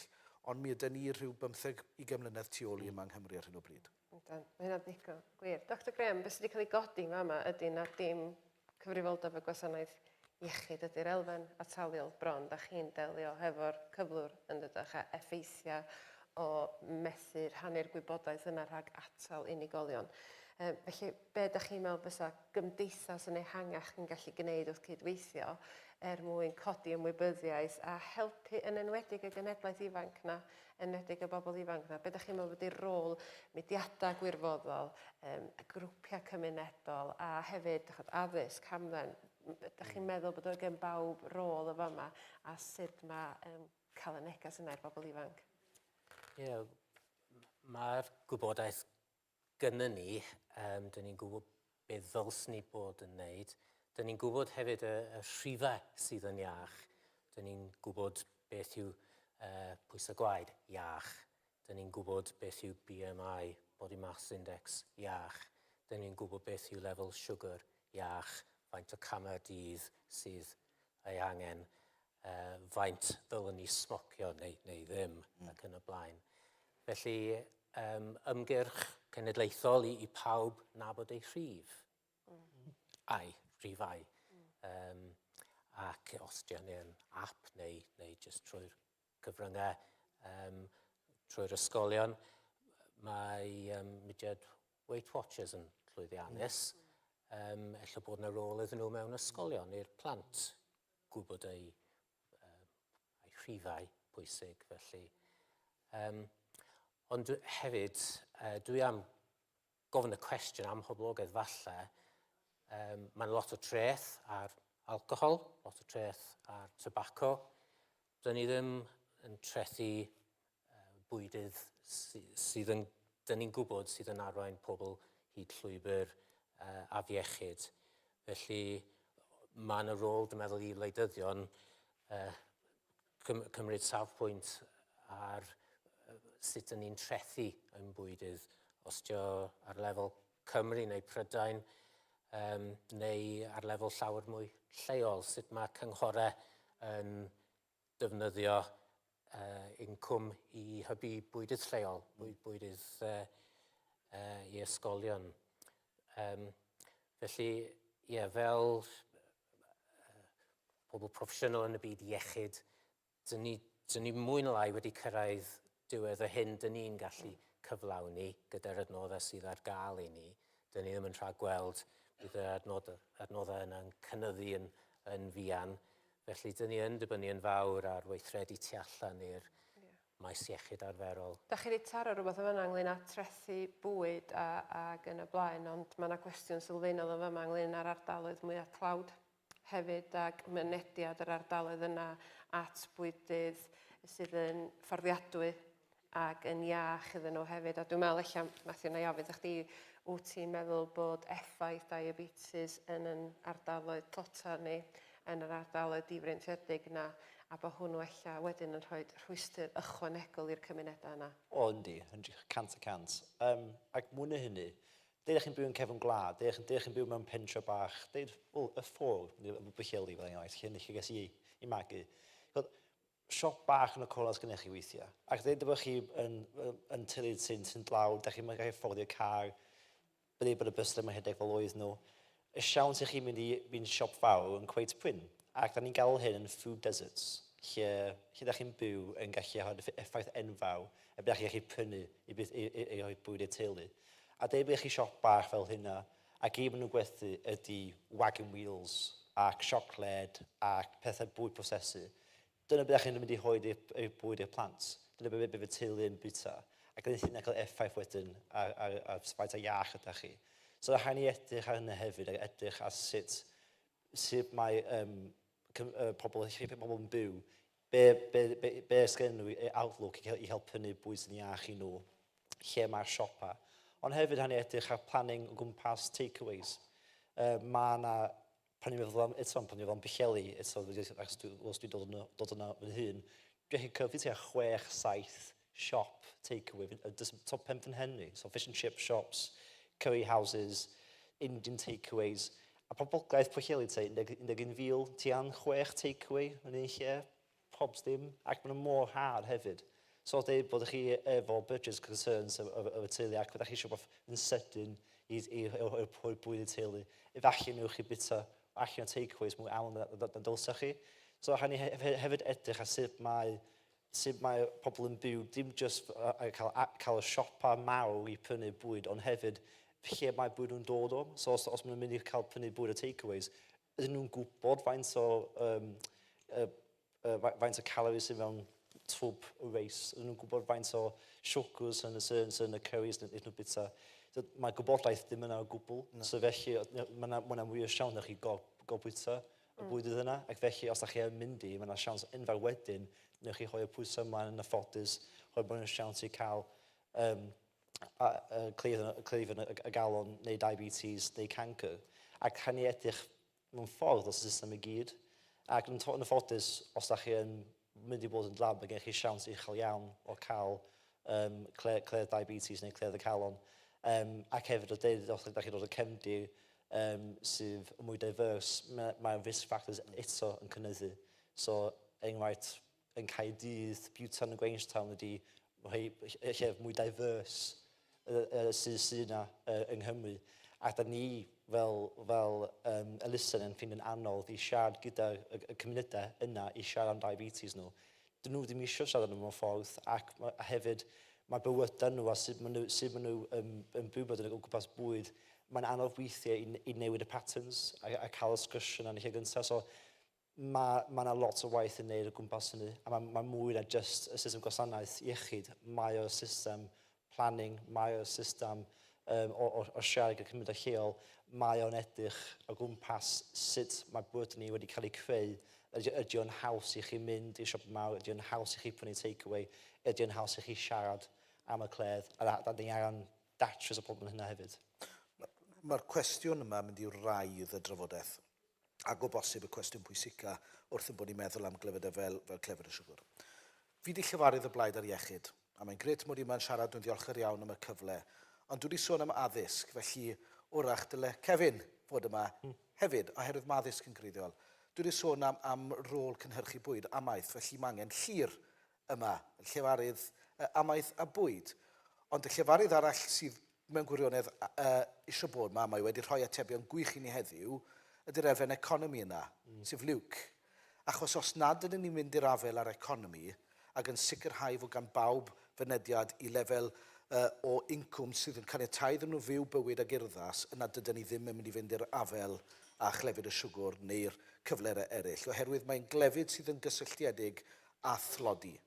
A mae rhaid tynnu pobl allan o dlodi. Os wyt ti'n byw yn gweithio ar gytundeb 0 hours ac yn mynd o wythnos i wythnos, ddim yn gwybod faint o bres sydd yn dod i fewn, dwi ti ddim yn mynd i lenwi dy oergell di gyda bwyd am y bythefnos nesaf, llysiau da, ffrwythau sydd wrach yn mynd i bydru ac yn blaen. Dwi ti ddim. Ti'n mynd i brynu dy pot noodles, ti'n mynd i brynu dy bwyd instant, ti'n mynd i fynd i'r chippy i gael chips a beth bynnag wyt ti'n gallu gwneud oherwydd dyna wyt ti'n poeni am y bwyd ti'n cael o dy flan di rwan. Ac os wyt ti'n byw efo incwm isel, mae angen i ti dros sicrhau fod ti'n cael y caloria yna fewn, achos ti ddim yn gwybod pryd ti'n mynd i gael bwyd eto. Ti ddim yn gwybod pryd mae'r gorff yn mynd i gael caloria i gynnal dy egni di. Felly mi wyt ti'n bwyta bwyd efo caloria uchel, bwyd rhad, pastas ac yn blaen. Felly, os nad ydyn ni'n mynd i'r afel a thlodi, yna fyddwn ni'n gweld hyn yn gweithygu. A mae'r ddau beth yn gwbl glwm. A dyna pam o'n i mor falch clywed yr hyn oedd Luke wedi dweud bore yma am gynllun economaidd Plaid Cymru mwyn sicrhau bod ni'n tynnu pobl allan o dlodi ac yn rhoi gobeith iddyn nhw. A dwi'n meddwl bod o gyd yn plethu nôl i be oedden ni'n deud ydy sut da ni'n dod ar cyhoedd hefo ni ar y siwrna yma, sut da ni'n neud o, ond mae rhaid i ni fod yn ymwybodol o'r heriau, achos da ni'n deud efo yma, 1 yn bob 5, 2 yn bob 10, felly. Ond mae gennym ni 3 o bob 10 o plant ni'n byw mewn clodi hefyd. Felly mae'r ystadegau yma yn cyd-fynd a beth da ni'n gweld o ran clodi mysg yn plant yn bobl ifanc ni'n dydy. Felly da ni'n gallu gweld sut mae hynna, y plethiad yna fe'i gilydd. da ni wedi trafod yr her, da ni wedi trafod beth sy'n ni'n dymuno weld, ond hefyd mae yna dystiolaeth allan yna ynglyn â bethau sydd yn gweithio yn does. Mae yna dystiolaeth yna, felly pa strategaethau yn seiliedig ar dystiolaeth, da chi'n meddwl fysa gallu gweithio heblaw am trethu bwyd, ac yn y blaen, be arall da chi'n meddwl? Heblaw? Wel, ie, be arall da chi'n meddwl? Achos mae trethu bwyd yn mynd i gael effaith ar y bobl da ni wedi dweud yn barod, sydd hefo hyn o bres yn eu pocad i fedru syfeiddio ar y sector bwyd yn her ehangach i wneud bwyd iach yn fforddiadwy hefyd, ond hefyd yr elfen economaidd i wneud yn siŵr bod gen pobl arian yn eu pocad i fedru fforddio'r bwyd yna hefyd yn dweud. Felly mae hwnna'n mynd i fod yn gymorth. Be arall yn ychwanegol fydd ni'n wneud? Wel, dwi ddim llwyr yn derbyn y pwynt yna am drethu. Taswn ni'n poeni am trethu ar tobaco ag alcohol oherwydd mae'n amddifadu grwpiau o'r tobaco a'r alcohol maen nhw angen. So ni'n poeni wedyn am trethu sglodion neu Mars bars neu beth bynnag. Felly dwi ddim yn eithrio trethu o'r opsiwn, achos mae'n gallu bod yn ddull o dod â mwy o cyfiawnder economaidd i bobl hefyd.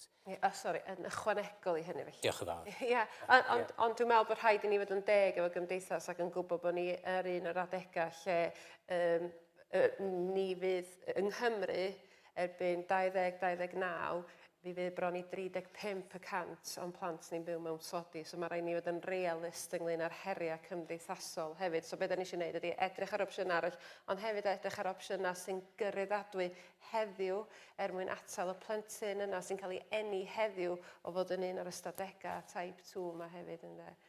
Mae'n dda i ni falle ffocysu ar plant mewn cymunedau tlawd, oherwydd dyn ni'n gwybod nhw sydd gyda'r risg mwyaf o ddatblygu diabetes yn ystod eu bywydau.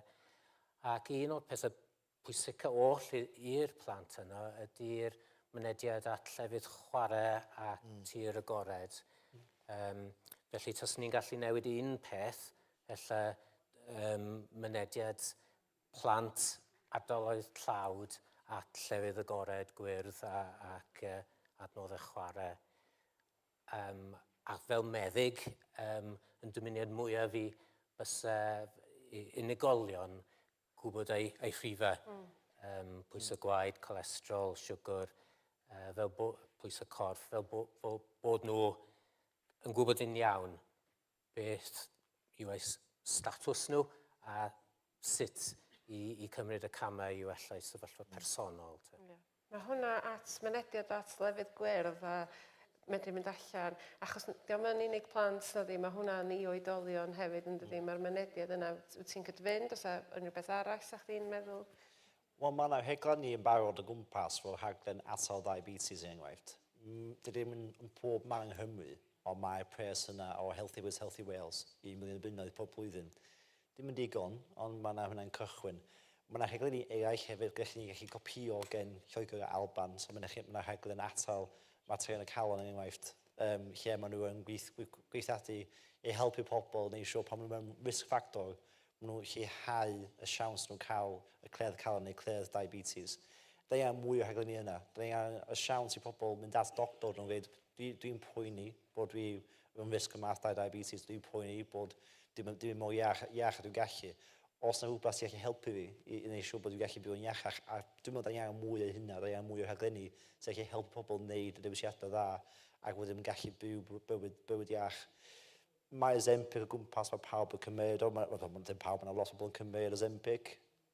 Mae yna hysym o pam, dylsach chi ddim, a dylsach chi wedi. Dwi'n meddwl hwn di'r siawns mwyn i cael sgwrsio hefyd. Bydd pobl yn cymryd o, bydd yn unig yn nebeidio, os dylsyn yn nebeidio. So mae hwn yn siawns eto ni cael sgwrs yna pam ydych chi'n cymryd o. Os ydych chi yn mynd i cymryd o, byddech chi'n neud y helpu chi wneud newdiadau eraill. So os ydych chi yn mynd i colli mor gymaint o pwysau hynna, sut ydych chi'n mynd i cario ymlaen yn byw gyda pwysau isel, sut ydych chi'n mynd i newid, ydych chi'n mynd i bita ôl goffen Ozempic, sut ydych chi'n mynd i wneud siŵr bod chi'n marfer corff pob wythnos. Hwn di'r siawns i cael y sgwrs yna. Os yn mynd i cymryd Ozempic, hwn di'r siawns bwan i cychwyn y sgwrs yna, gwybod pobl a helpu nhw byw bywyd iach. Diolch am Apon. Ie, os gai adeiladu chydig ar hyn oedd Graham wedi ddweud ynghylch mynediad i lefydd gwyrdd o ran plant a phobl ifanc a pobl oedrannus. Ar ben hynny hefyd mynediad at wasanaethau, at lefydd le mae rhywun yn gallu gwneud ymarfer corff efo'i cyfoedion. Ac os gai gyfeirio at un enghraifft ges i gyfarfod yn y Synedd o ardal di Llunos, a gwrach fyddi di eisiau rhoi shout-out iddyn nhw hefyd, Nifty 60s. Oedd criw Nifty 60s wedi dod draw i'r Synedd, ac maen nhw'n dod ynghyd criw o bobl sydd wrach wedi cael cyflwr y galon neu ryw afiechyd, ond yn dod ynghyd ac yn annog i gilydd i ymarfer corff, ac am gost bach iawn iawn, ac mae yna gannoedd o bobl ar draws Môn yn gwneud hyn ar hyn o bryd. Felly mae yna arferion da yna, fel Nifty 60s, mae posib i rhannu ar draws Cymru, efo buddsoddiad bach iawn gan y Llywodraeth, mwyn cael mwy o bobl i ymarfer corff yng nghwmni gilydd. Ie, chdi a fi ymhell o fod yn Nifty 60, ond yndi, mae o'n raglen gwych, a be mae o'n dangos allan cyd-fynd ar hyn oedden ni'n deud yn barod ydy, y cyfrifoldeb sydd ymysg yr heina na fod o yn y gymuned, fod o yn wirfoddol, fod o'n elusen, fod o yn sector gyhoeddus, addysg. Mae hwn yn broblem i ni gyd, ac os da ni'n gallu datrys o a gallu newid ein habits ni, mi mae o'n golygu wedyn bod yna arbediad ariannol enfawr ac hefyd mae yna enillion economaidd i gael o gael gweithwyr sydd yn gallu mynd i gwaith ac yn cyflawni hefyd. Felly mae hynny. Mae'n amser ni, fydda i ddim credu bod y gola yma wedi troi'n goch yn barod. Felly mae'n amser ni wedi mynd. Oes yna rhywbeth da chi'n teimlo bod chi wedi methu gyflwyno yma? Dwi'n eisiau chi fynd o yma ac yn dweud bod chi wedi bod o dan gaderyddiaeth wael a wedi methu cyflwyno rhywbeth oedd yn ofnadwy o bwysig. So da chi'ch tri yn fodlon ar hyn da chi wedi cyflwyno. Mae Mabon wedi codi fel, ond dwi'n mynd i fod yn cyfyngu hyn o'r Mabon. Un peth yn unig, Graham di sôn am drethu, mae'n iawn, a dyna pam dwi'n ymfalchio yn y ffaith mae Plaid Cymru roedd y syniad ymlaen o roi treth ar pop yn reiddiol, pobl yn galw yn tango tax, pobl yn dweud, mae hyn yn ofnadwy, ddoth yn bolisi i Lywodraeth San Steffan yn y diwedd, ond nath o cael ei wreiddio ym Mhlaid Cymru. Diolch yn fawr. Os ydych chi'n meddwl mewn risg, mae gen i tŵl bach a wefan ni'n deud know your risk. Rhoi'r gwybodaeth i fewn, gadwch chi'n gwybod sef chi'n risg yn math 2 diabetes. Os ydych chi yn cael sgwrs yn fyddygaeth chi adref neu doctor neu nyrs. Diolch. A Graham? Gwybodaeth a'r economi. Ie. Diolch. Gai ddiolch i'r tri yn chi. Dwi'n meddwl bod hwnna wedi bod yn drafodaeth hynod o ddiddorol. Dwi'n teimlo bod diolch yn fawr iawn i chi. Diolch. Y panel gorau ar ddiwedd y gynhadledd. Diolch.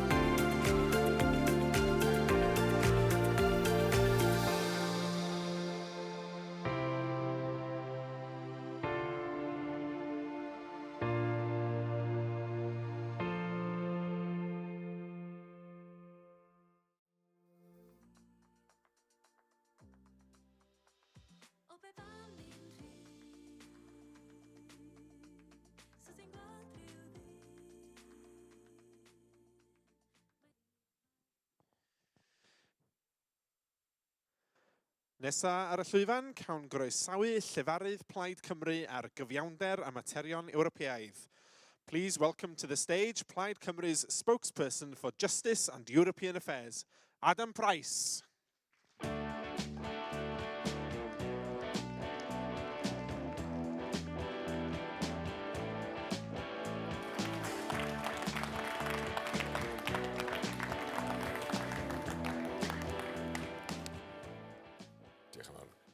Conference. Across Wales today, dedicated professionals wake each morning with a simple mission: to build safer communities.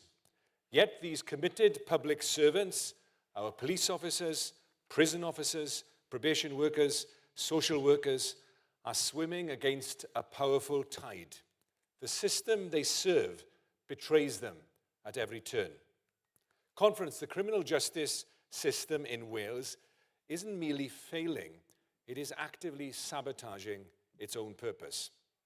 Short prison sentences destroy employment and family connections while offering no meaningful rehabilitation.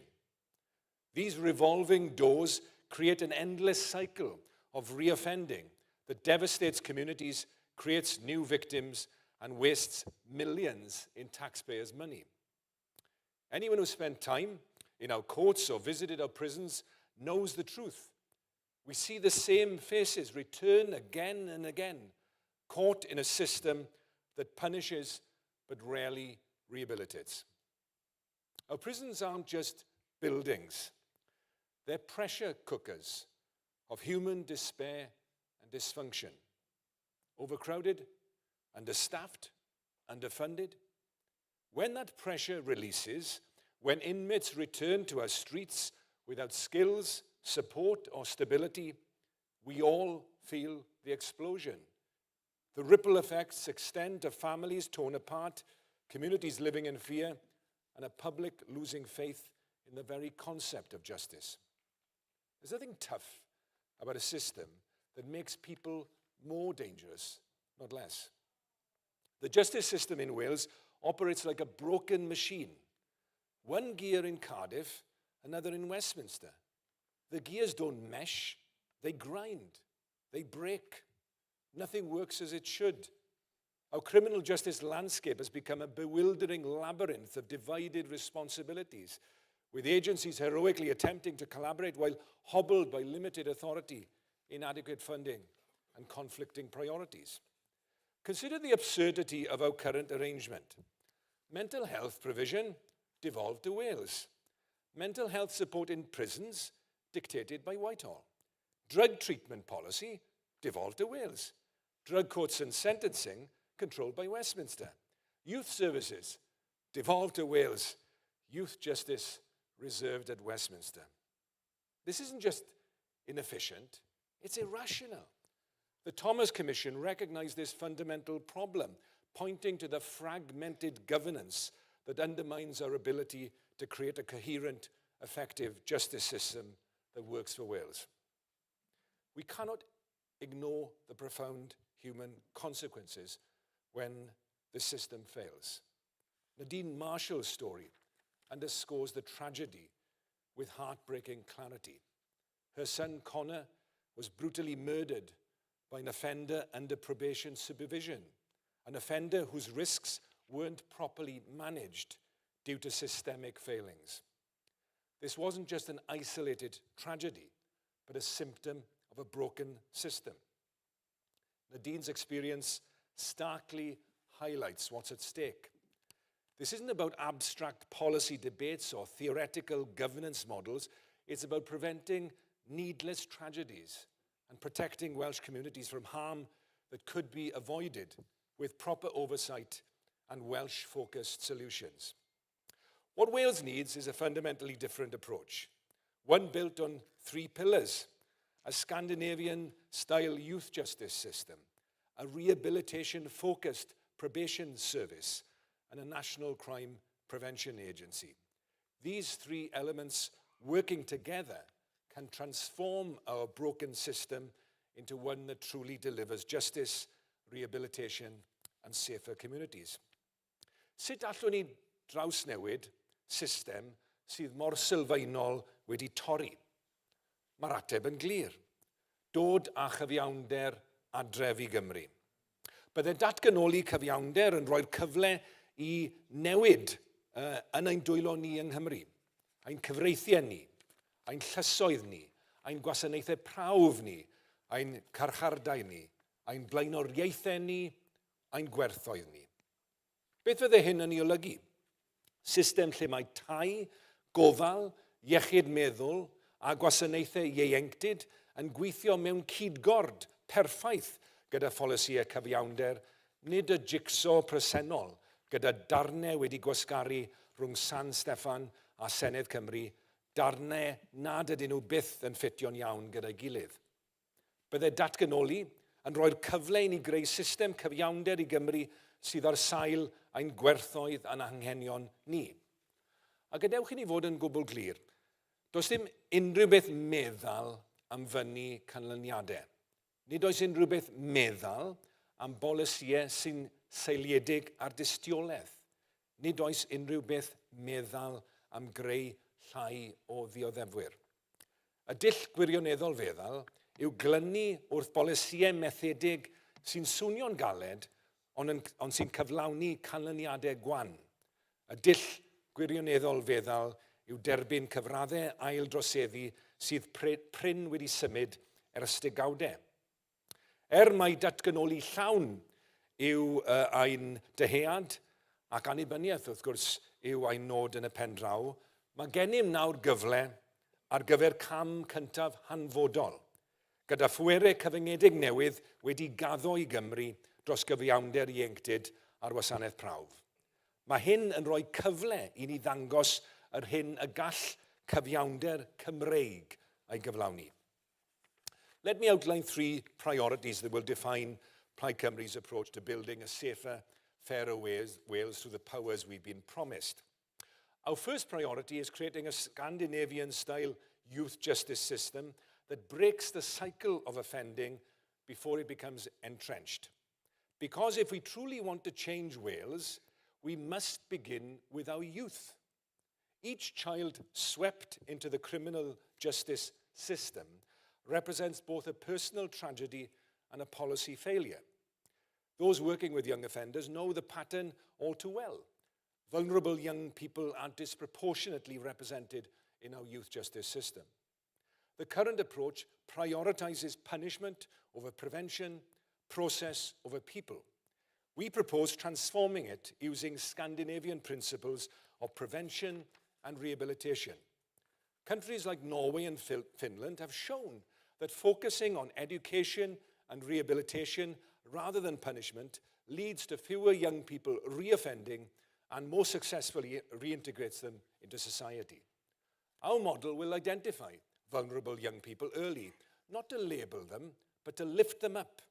We'll unite schools, healthcare and social services to wrap support around children before problems escalate into crimes.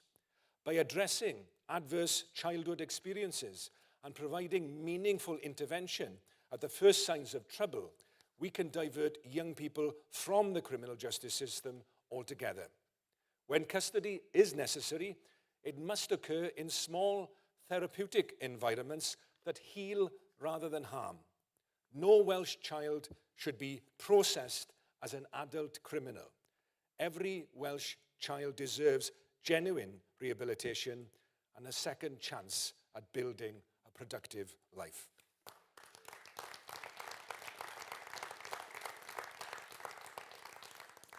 Our second priority is establishing a rehabilitation-focused probation service that genuinely reduces the risk of reoffending. Thousands of people are under probation supervision in Wales today.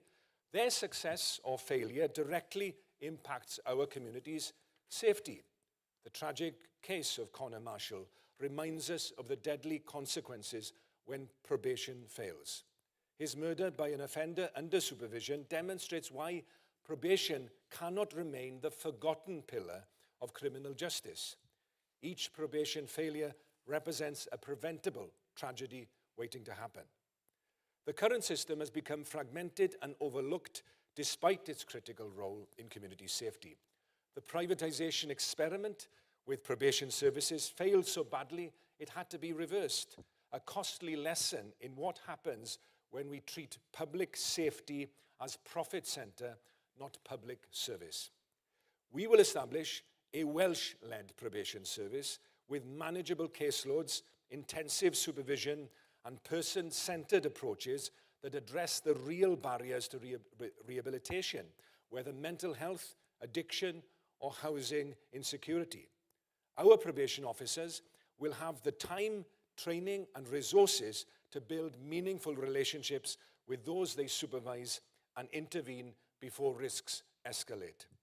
Imagine an offender being released not into uncertainty, but into coordinated support, with housing secured, mental health treatment arranged, and employment opportunities identified. That's not just better for them, it's better for all of us. It's the difference between creating a productive citizen and perpetuating a cycle of crime. Our third priority is creating a national crime prevention agency. Each crime has two costs: the harm to the victim and the cost to society. Both are preventable. Prevention is more effective than reaction, more humane than punishment, more economical than imprisonment. Yet our current system invests almost everything at the wrong end, after crimes occur, after harm is done, after lives are damaged. We've built an expensive system focused on consequences rather than causes. Right here in Wales, Dr. Jonathan Shepherd pioneered the Cardiff Violence Prevention Model, now replicated across the world. He was a dental surgeon, frustrated at having to try to repair the jaws of young people injured in bars. He developed an approach that used data from A&E departments to identify violence hotspots and then built targeted interventions from that knowledge. This Welsh innovation has significantly reduced violent incidents in and around Cardiff and around the world by addressing problems at their source. This is the essence of the public health approach to violence, treating violence like an epidemic that can be prevented, not an inevitable fact of life. The Welsh Violence Prevention Unit has built on this foundation, proving that violence isn't inevitable, it's preventable when we take the right approach. Our National Crime Prevention Agency will expand these evidence-based Welsh solutions to all forms of crime. Police and health services, schools and social workers, housing providers and community groups, all working together, all sharing information, all focused on prevention. This agency won't dictate from Cardiff Bay. It will empower local communities with the resources and expertise to develop solutions tailored to their unique challenges, whether county lines in our towns and valleys or rural crime in our countryside, because no one knows a community better than those who live in it. The vision I've outlined today is ambitious but achievable. It requires courage. It demands persistence. It needs a Plaid Cymru government to deliver it. Through our three key initiatives, a Scandinavian-style youth justice system, a rehabilitation-focused probation service, and a national crime prevention agency for Wales, we can create a Wales where justice truly serves its purpose. Imagine the Wales we can create together. A Wales where troubled young people find support instead of stigma, where they build skills, not criminal records, where they contribute to communities rather than harming them. A Wales where probation means genuine change, where the revolving prison door finally stops spinning. A Wales where we prevent crime before it happens, where we address causes, not just symptoms, where we coordinate resources to create safer communities from the ground up. This Wales isn't just possible, it's within our reach. It's the Wales our children deserve, it's the Wales our communities need, and it's the Wales that Plaid Cymru will work to create in the Senedd, in Westminster and in every town, village and city across our nation. The justice system Wales deserves won't come from Westminster. It will come from Wales, from Welsh values, from Welsh communities, from Welsh determination to create something better. The time for change is now, and we in Plaid Cymru will deliver it together with the people of Wales. Diolch yn fawr.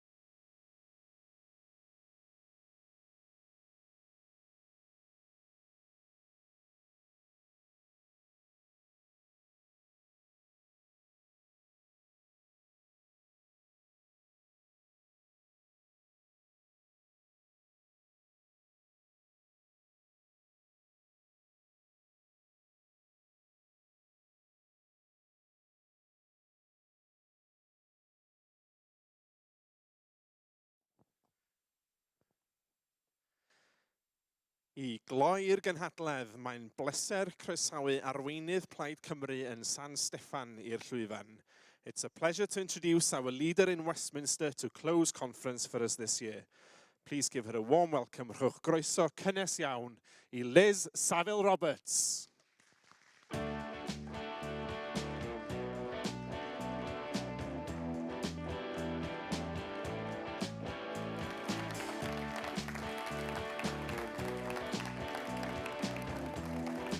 O, helo pawb. Da iawn bawb sydd efo'r dyfal parhad I aros tan y diwedd. Balch iawn o'ch gweld chi. A mae tydi ddim wedi bod yn gynhadledd da, hynda. Da ni wedi cael gynhadledd da iawn. Dwi'n yn deud hyn bob blwyddyn, cos mae'n teimlo chydig bach bod chi'n melltithio rhywbeth bron, ond dwi'n meddwl mae dyma'r wirioneddol, da ni yn teimlo bod na rhywbeth yn y gwynt yn does. Mae yna newid yn y gwynt. Mae yna rhywbeth newydd ar ddod. Mae yna gyfle am gyfnod newydd cyffroes I Gymru. Da ni'n teimlo hynny. A mae yna adegau mewn hanes cenedl lle mae yn rhaid iddi benderfynu hynt I dyfodol. Pan fydd rhaid i ni dorri yn rhydd o hialer gorffennol a dewis llwybr newydd. A dyma un o'r adegau hynny rwan hyn. Be da ni wedi weld y penwythnos yma yw bod pob un ohonon ni sydd wedi bod yn y neuadd yma mewn cytun gyda nod clir. Mi allwn ni ethol prif weinidog newydd yn 2026. Mi allwn ni ethol llywodraeth dan orweiniad Plaid Cymru gyda Rhyn ap Iorwerth wrth y lliw. Da ni'n gallu neud o.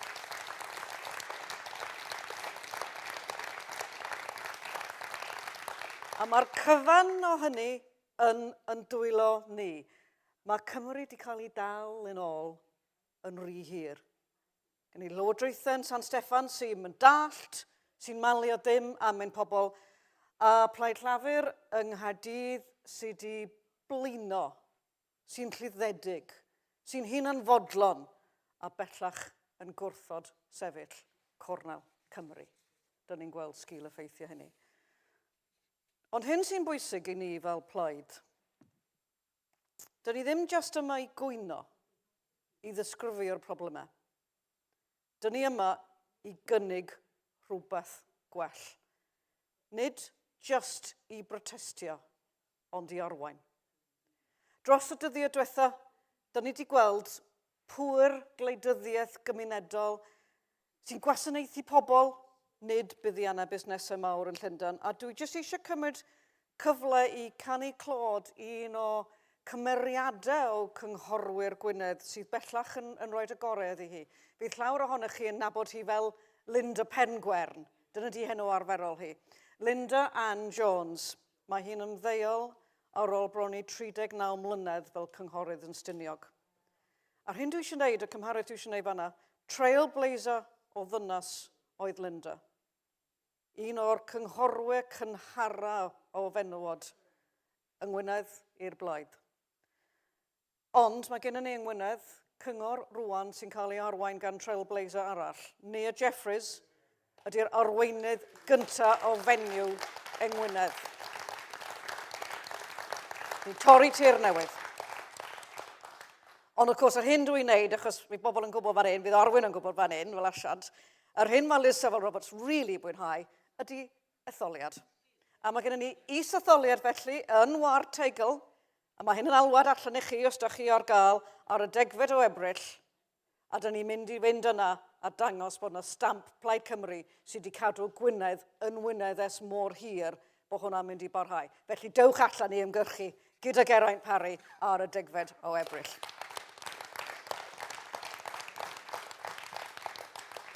And I'd also really like to thank Seamus Logan from our sister party, the SNP, for his passionate speech yesterday. His words were, of course, a reminder of the shared struggle which we face and the opportunities that lie ahead. Think about it. In 2026, for the first time, we could have two pro-independence governments working together to improve the lives of our two nations and learning from each other. That, my friends, is a real partnership in power. None of this rubbish about both ends of the M4. Fundamental to Plaid Cymru's purpose is to drive prosperity in our economy. We have incredible small businesses. I was delighted to visit Dylan's restaurant this morning and to see how they have grown, how they provide this fantastic Welsh branded restaurant service, and also their plans for succession into the future. That's so much there that fits our values of Plaid Cymru. But at the same time, the lesson that we learnt there, we need to be able to replicate that with other Welsh businesses, because there is a lack of homegrown businesses that go beyond the small business and then grow to become larger businesses that then have that continuity. What we want is those businesses, of course, that can provide jobs, inject money into our communities. And we need a government that will step up and support local businesses to grow. And of course, this is what we're seeing. Unfortunately, Labour is doing the exact opposite, holding businesses back, the employment they could make, the wealth they could bring to their communities by loading them down with the sky-high national insurance costs. Not only that, of course, they have scrapped winter fuel payments for pensioners, they have refused to lift the two-child cap, keeping children in poverty, and now they're slashing £5 billion in welfare support from disabled people. We all agree on the need to clean up the economic mess left by the Tories. But balancing the books at the expense of small businesses and at the expense of the most vulnerable people in our society is not the way to do it. And that is absolutely essential to our values. It's core to our values. Labour rode in on a wave of talking about change. They claim to offer an alternative to Tory rule, but when it comes to the economy, what has really changed? Instead of breaking with the past, Labour is doubling down on the failed economic model that has left Wales poorer, sicker and less productive in the last 15 years. To govern, of course, is to choose. Politics is always about choices. Labour is choosing to abandon Wales. Rachel Reeves says there are difficult choices to make, but those choices always seem to rain hardest on the poorest, the sickest, the most vulnerable, and it's the ultra-wealthy and the big corporations who are sheltered from the storm. Now, it doesn't have to be that way. There are other choices. Instead of hiking national insurances for small businesses, they could close tax loopholes that allow City of London lawyers to pay less tax than Welsh shopkeepers.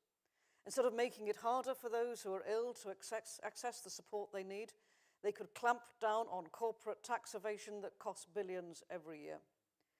Instead of gutting Welsh public services, they could end taxpayer subsidies for oil and gas giants who are making record profits.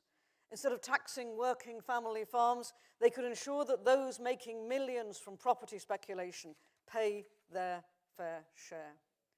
And this I must say, if the UK is to make an argument for its existence, the very structural inequality which we in Wales suffers the most, that is what Labour should be seeking to address, not keeping our communities under the hatches as they have done for far too long.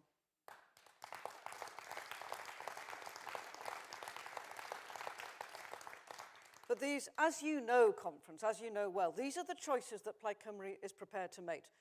The choices that put Wales first. And Labour won't make them because they're still trapped by outdated Treasury thinking. They cling to ideological fiscal rules, a choice that serve the financial elite best while leaving ordinary people behind. And other countries have done it differently. They have faced real change. Germany have adapted their economic strategy to meet new global realities. Labour, of all people, should be doing the same. Because make no mistake, the world is changing. Trump is wreaking havoc again, pushing reckless tariffs and threatening our industries. International law and human rights are being scorned with impunity in Gaza, and we are seeing horrific sights unfolding once again there. The war in Ukraine rages on, and Labour's failure to invest in our future in these new circumstances leave us dangerously exposed. Next week's spring statement will be a gloomy affair with little thought given to our nation's future. Plaid Cymru, as we always do, we will be there to hold them to account. We will be there to oppose this new wave of Labour-branded austerity, and we will fight for the investment our nation deserves.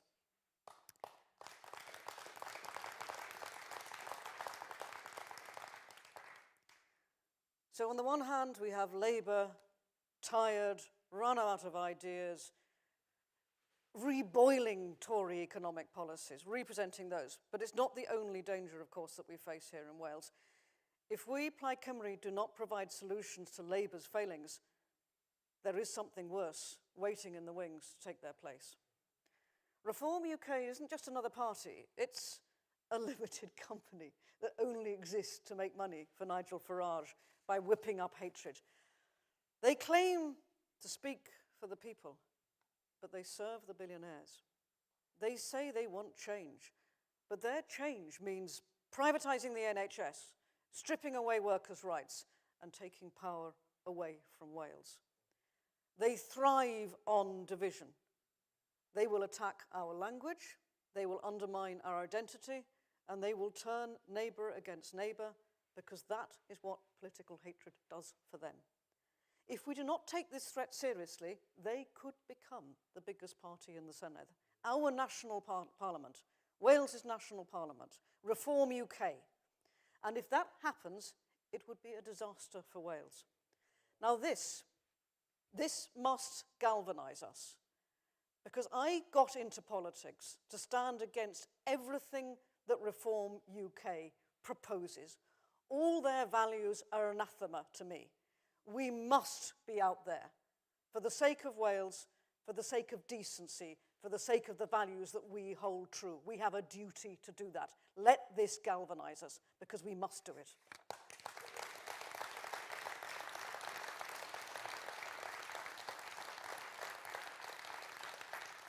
And it is fair to say, because we know where Labour is now, we, Plaid Cymru, are the only party that can stop reform and deliver for Wales. Labour is too weak. It's almost as they've given up. They assume they have a right to govern, but they also know that the wind is completely out of their sails. It is only us who can resolve this. We will defend our NHS. We'll provide genuine solutions. We'll protect our communities from cuts. We will build an economy that works for the people of Wales, not Farage and his banker mates. We will stop reforms policies from taking root in our nation. Westminster won't change unless we make them listen. We have just over a year to make that happen and to elect a Plaid Cymru government. So what would change? Plaid Cymru government will put Keir Starmer on notice. You see how it is with Scotland. You see the respect that they've had. We will genuinely stand up to him, not kowtow while he drifts further and further to the right. We will demand fair funding, investment in our economy, and full control over our future.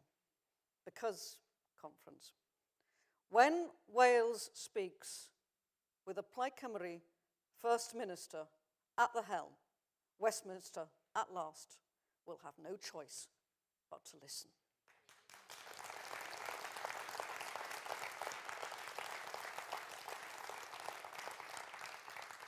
So I am delighted to say that this conference has made one thing really clear. Plaid Cymru is ready to lead. Labour has failed. Reform is a threat. Plaid Cymru is the only party that truly puts Wales first. We cannot let Labour's failure open the door to a party that doesn't even believe in Wales, just as it sees us as an opportunity, a vehicle for their own overweening ambition. So we must take this fight to every community, every street, every household, because our future depends on it. And conference, this is our moment.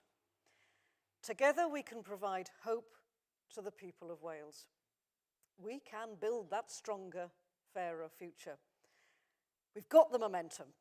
Let's keep it. Let's keep working at it. Let's make history and elect Rhys ap Iorwerth as the next First Minister of Wales in 2026. Diolch yn fawr iawn, Diolch yn fawr iawn, Cynhadledd. Da iawn, da iawn.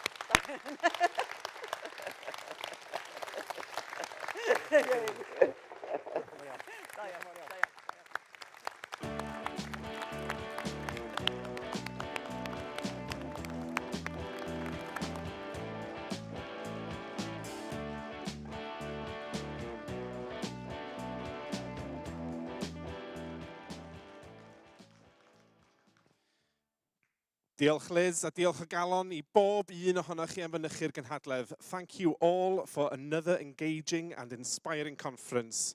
Newch chi aros ar eich traed I gyd ganu hen wlad fy nhadau.